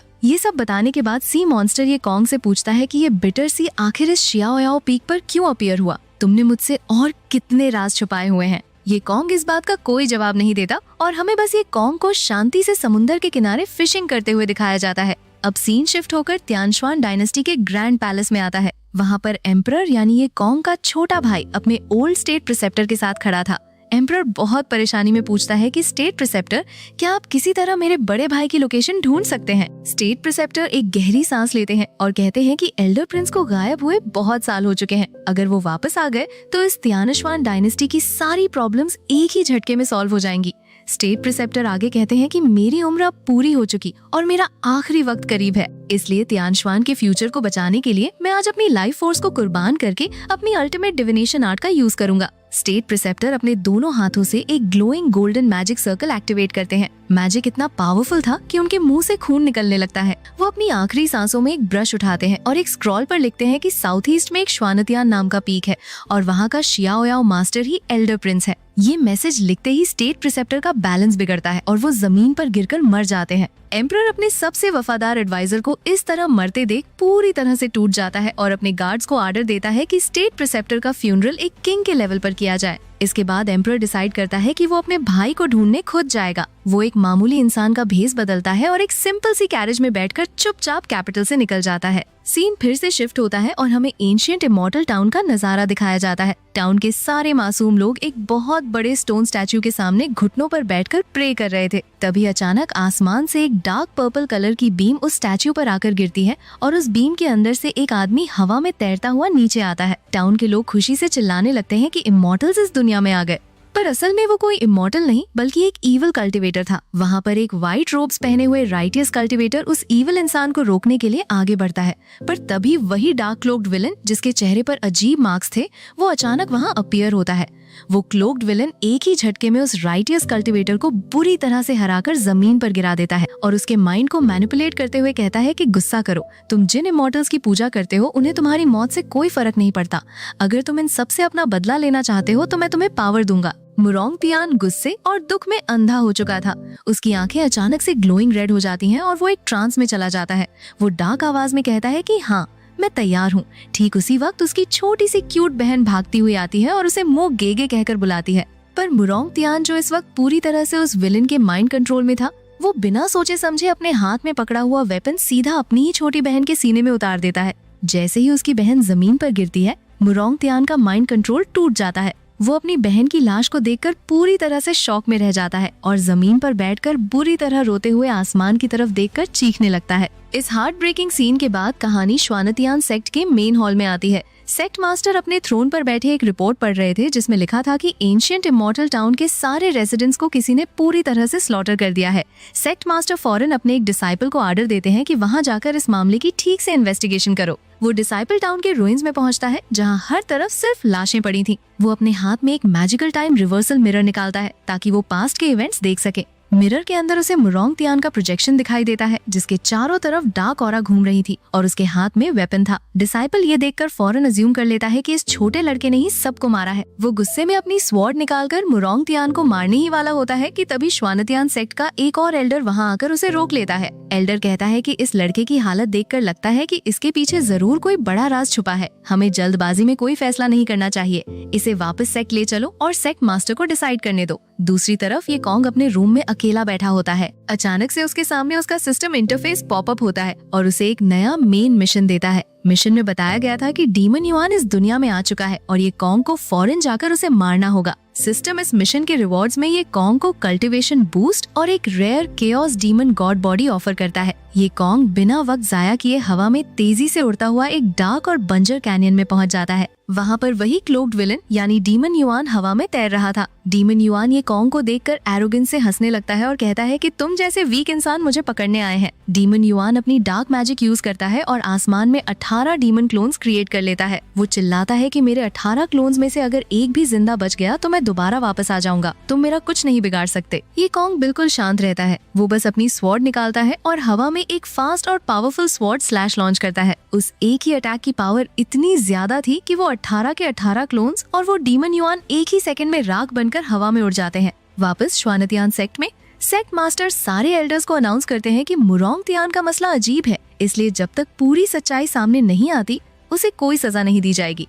सीन फिर से शिफ्ट होता है और इस बार हमें आसमान में फ्लाइंग शिप्स का एक बड़ा फ्लीट दिखाया जाता है जो ग्रेट छी डायनेस्टी पर हमला करने के लिए आगे बढ़ रहा था। नीचे पैलेस में ग्रेट छी का फैट एम्परर डर के मारे कांप रहा था क्योंकि उन शिप्स पर ग्रेट झो डायनेस्टी के फ्लैग्स लगे हुए थे। आसमान से एक लाउड आवाज आती है जो उन्हें फौरन सरेंडर करने को कहती है। तभी पैलेस के अंदर से एक बड़ा स्टोन कॉफिन ब्लास्ट होकर खुलता है और उसके अंदर से एक व्हाइट हेयर वाला बूढ़ा आदमी हवा में उड़ता हुआ बाहर आता है। फैट एम्परर उसे देखकर खुशी से चिल्लाता है कि ये तो हमारे ग्रेट छी के फाउंडिंग एंसेस्टर हैं।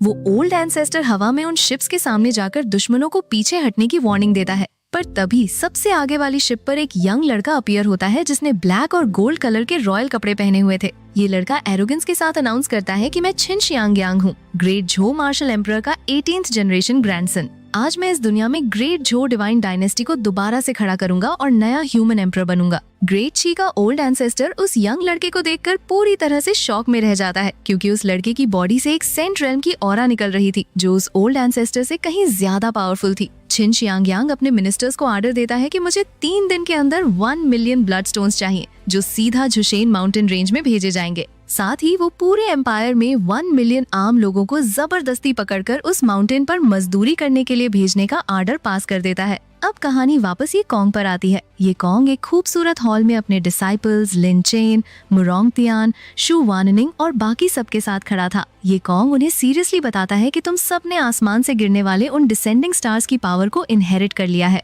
ये कॉन्ग उन्हें कुछ ग्लोइंग कलरफुल पोशंस देता है और कहता है कि इन्हें पी लो। ये पोशंस तुम्हारी इनर स्ट्रेंथ को बूस्ट करेंगे क्योंकि अब हमें उस डीमन रेस के खिलाफ एक बड़ी जंग लड़नी है। सारे डिसाइपल्स बिना सवाल किए वो पोशंस पी लेते हैं और उनकी औराज तेजी से बढ़ने लगती हैं। दूसरी तरफ झुशेन माउंटेन पर एक भयानक नजारा था। वहाँ की जमीन बिल्कुल लाल थी और बीच में एक डार्क ऑक्टागोनल एरे बना हुआ था। उन 1 मिलियन मजदूरों को वहाँ जबरदस्ती लाया गया था और उनसे दिन रात काम करवाया जा रहा था। मजदूर बहुत थक चुके थे। एक मजदूर गुस्से में अपनी पिकैक्स जमीन पर फेंकता है और चिल्लाता है कि हमें यहाँ लाए हुए इतना वक्त हो गया है, ना हमें खाना दिया जा रहा है और ना ही पैसे। क्या तुम लोग हमें भूखा मारने का प्लान बना रहे हो? मैं ये काम और नहीं करूँगा। वहाँ पर वही डार्क क्लोक्ड विलन और एक फैट इविल मास्टर खड़े थे। वो इन मजदूरों की बातों को बिल्कुल इग्नोर करते हैं। फैट मास्टर उस क्लोक्ड विलन से कहता है कि एरे पूरी तरह से तैयार है। वो दोनों मिलकर अपनी डार्क मैजिक उस एरे में इंजेक्ट करते हैं। एरे के सेंटर से आसमान में एक स्वर्लिंग डार्क पोर्टल ओपन होता है। उस पोर्टल के अंदर से एक जायंट डीमन का हाथ बाहर निकलता है जिसे देखकर वहाँ खड़े सारे मजदूर डर के मारे जमीन पर गिर जाते हैं। पर इससे पहले कि वो डीमन बाहर आकर तबाही मचाता, अचानक से वहाँ पर ये कॉन्ग का हस्की यानी एरहा अपीयर हो जाता है। हस्की उस जायंट डीमन हाथ को देखकर बिल्कुल नहीं डरता। वो आगे बढ़ता है और अपनी डार्क एनर्जी का यूज करके एक ही जोरदार अटैक में उस जायंट हाथ को शटर कर देता है और उस पूरे डीमन को वहीं डिस्ट्रॉय कर देता है। हस्की ये कॉन्ग की तरफ देखकर कहता है कि इस डीमन की बॉडी में रेयर मटेरियल्स हैं जिनसे टॉप टियर वेपन्स बनाए जा सकते हैं, पर क्योंकि ये मेरे किसी काम के नहीं है इसलिए मैं ये सब तुम्हें गिफ्ट कर रहा हूँ। ये कॉन्ग स्माइल करता है और उन मटेरियल्स को अपनी इन्वेंट्री में रख लेता है। इसके बाद वीडियो के आखिरी हिस्से में हम ये कॉन्ग को एक एंशिएंट तियान्युआन टावर के बाहर खड़ा देखते हैं। ये कॉन्ग उस टावर के भारी दरवाजे खोलकर अंदर एंटर करता है। अंदर का माहौल बहुत ही मिस्टीरियस था और दीवारों पर ग्लोइंग रून्स चमक रहे थे। अचानक से अंधेरे में से एक डार्क शैडो निकलकर ये कॉन्ग पर हमला कर देती है। ये शैडो कोई और नहीं बल्कि ये कॉन्ग का अपना ही एक डार्क क्लोन था।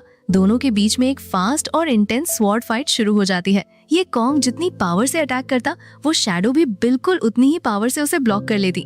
ये कॉन्ग थोड़ा पीछे हटता है और समझ जाता है कि अपने ही क्लोन को अकेले हराना बहुत मुश्किल है। ये कॉन्ग स्माइल करते हुए उस शैडो से कहता है कि भले ही तुम मेरी कॉपी हो पर तुम्हारे पास वो सब कुछ नहीं है जो मेरे पास है। ये कॉन्ग जोर से चिल्लाता है कि दा हे, बाहर आओ। अगले ही सेकंड एक पोर्टल ओपन होता है और वही हस्की भौंकता हुआ बाहर निकल आता है। हस्की और ये कॉन्ग मिलकर उस शैडो पर डबल अटैक करते हैं और उसे आसानी से हरा देते हैं। शैडो को हराने के बाद ये कॉन्ग टावर के सबसे टॉप फ्लोर पर पहुंचता है। वहाँ पर एक ब्राइट गोल्डन लाइट ग्लो कर रही थी जिसके अंदर से तियान लाओ का व्हाइट स्पिरिट बाहर आता है। ये कॉन्ग तियान लाओ को देखकर थोड़ा अननॉयड टोन में कहता है कि तुम इतने एंशिएंट और रेस्पेक्टेड सीनियर हो, फिर भी तुम लोगों को डराने के लिए अजीब सी औरतों वाली आवाजें क्यों निकालते हो। तियान लाओ जोर जोर से हंसने लगता है और कहता है कि मैं तो बस थोड़ा मजाक कर रहा था। तियान लाओ इमोशनल और सीरियस टोन में ये कॉन्ग से कहता है कि मुझे पता नहीं मैंने यहाँ इस टावर में कितने हजारों सालों तक तुम्हारा इंतजार किया है, पर आखिरकार तुम आ ही गए। ये कॉन्ग तियान लाओ से कहता है कि नीचे जो शैडो क्लोन मुझसे लड़ रहा था वो बिल्कुल तुम्हारी तरह लग रहा था, क्या वो तुमने भेजा था? तियान लाओ बिना किसी शर्म के एडमिट करता है कि हाँ, वो इल्यूजन मैंने ही क्रिएट किया था। मैं देखना चाहता था कि तुम्हारी स्ट्रेंथ किस लेवल पर है और मैं इंटेंशनली तुम्हें इस टावर के टॉप पर लाना चाहता था ताकि हम आमने सामने बात कर सकें। और दोस्तों, इसी सस्पेंस और मिस्ट्री के साथ हमारी ये सीरीज यहीं पर खत्म हो जाती है। अगर आपको ये एक्सप्लेनेशन अच्छी लगी हो तो वीडियो को लाइक जरूर करना, अपने दोस्तों के साथ शेयर करना और चैनल को सब्सक्राइब करके बेल आइकॉन दबाना मत भूलना ताकि ऐसी ही कमाल की दोंगहुआ सीरीज आगे भी आपको मिलती रहे। मिलते हैं आपसे किसी नई और धमाकेदार सीरीज के साथ। तब तक के लिए अपना ख्याल रखें। Good bye.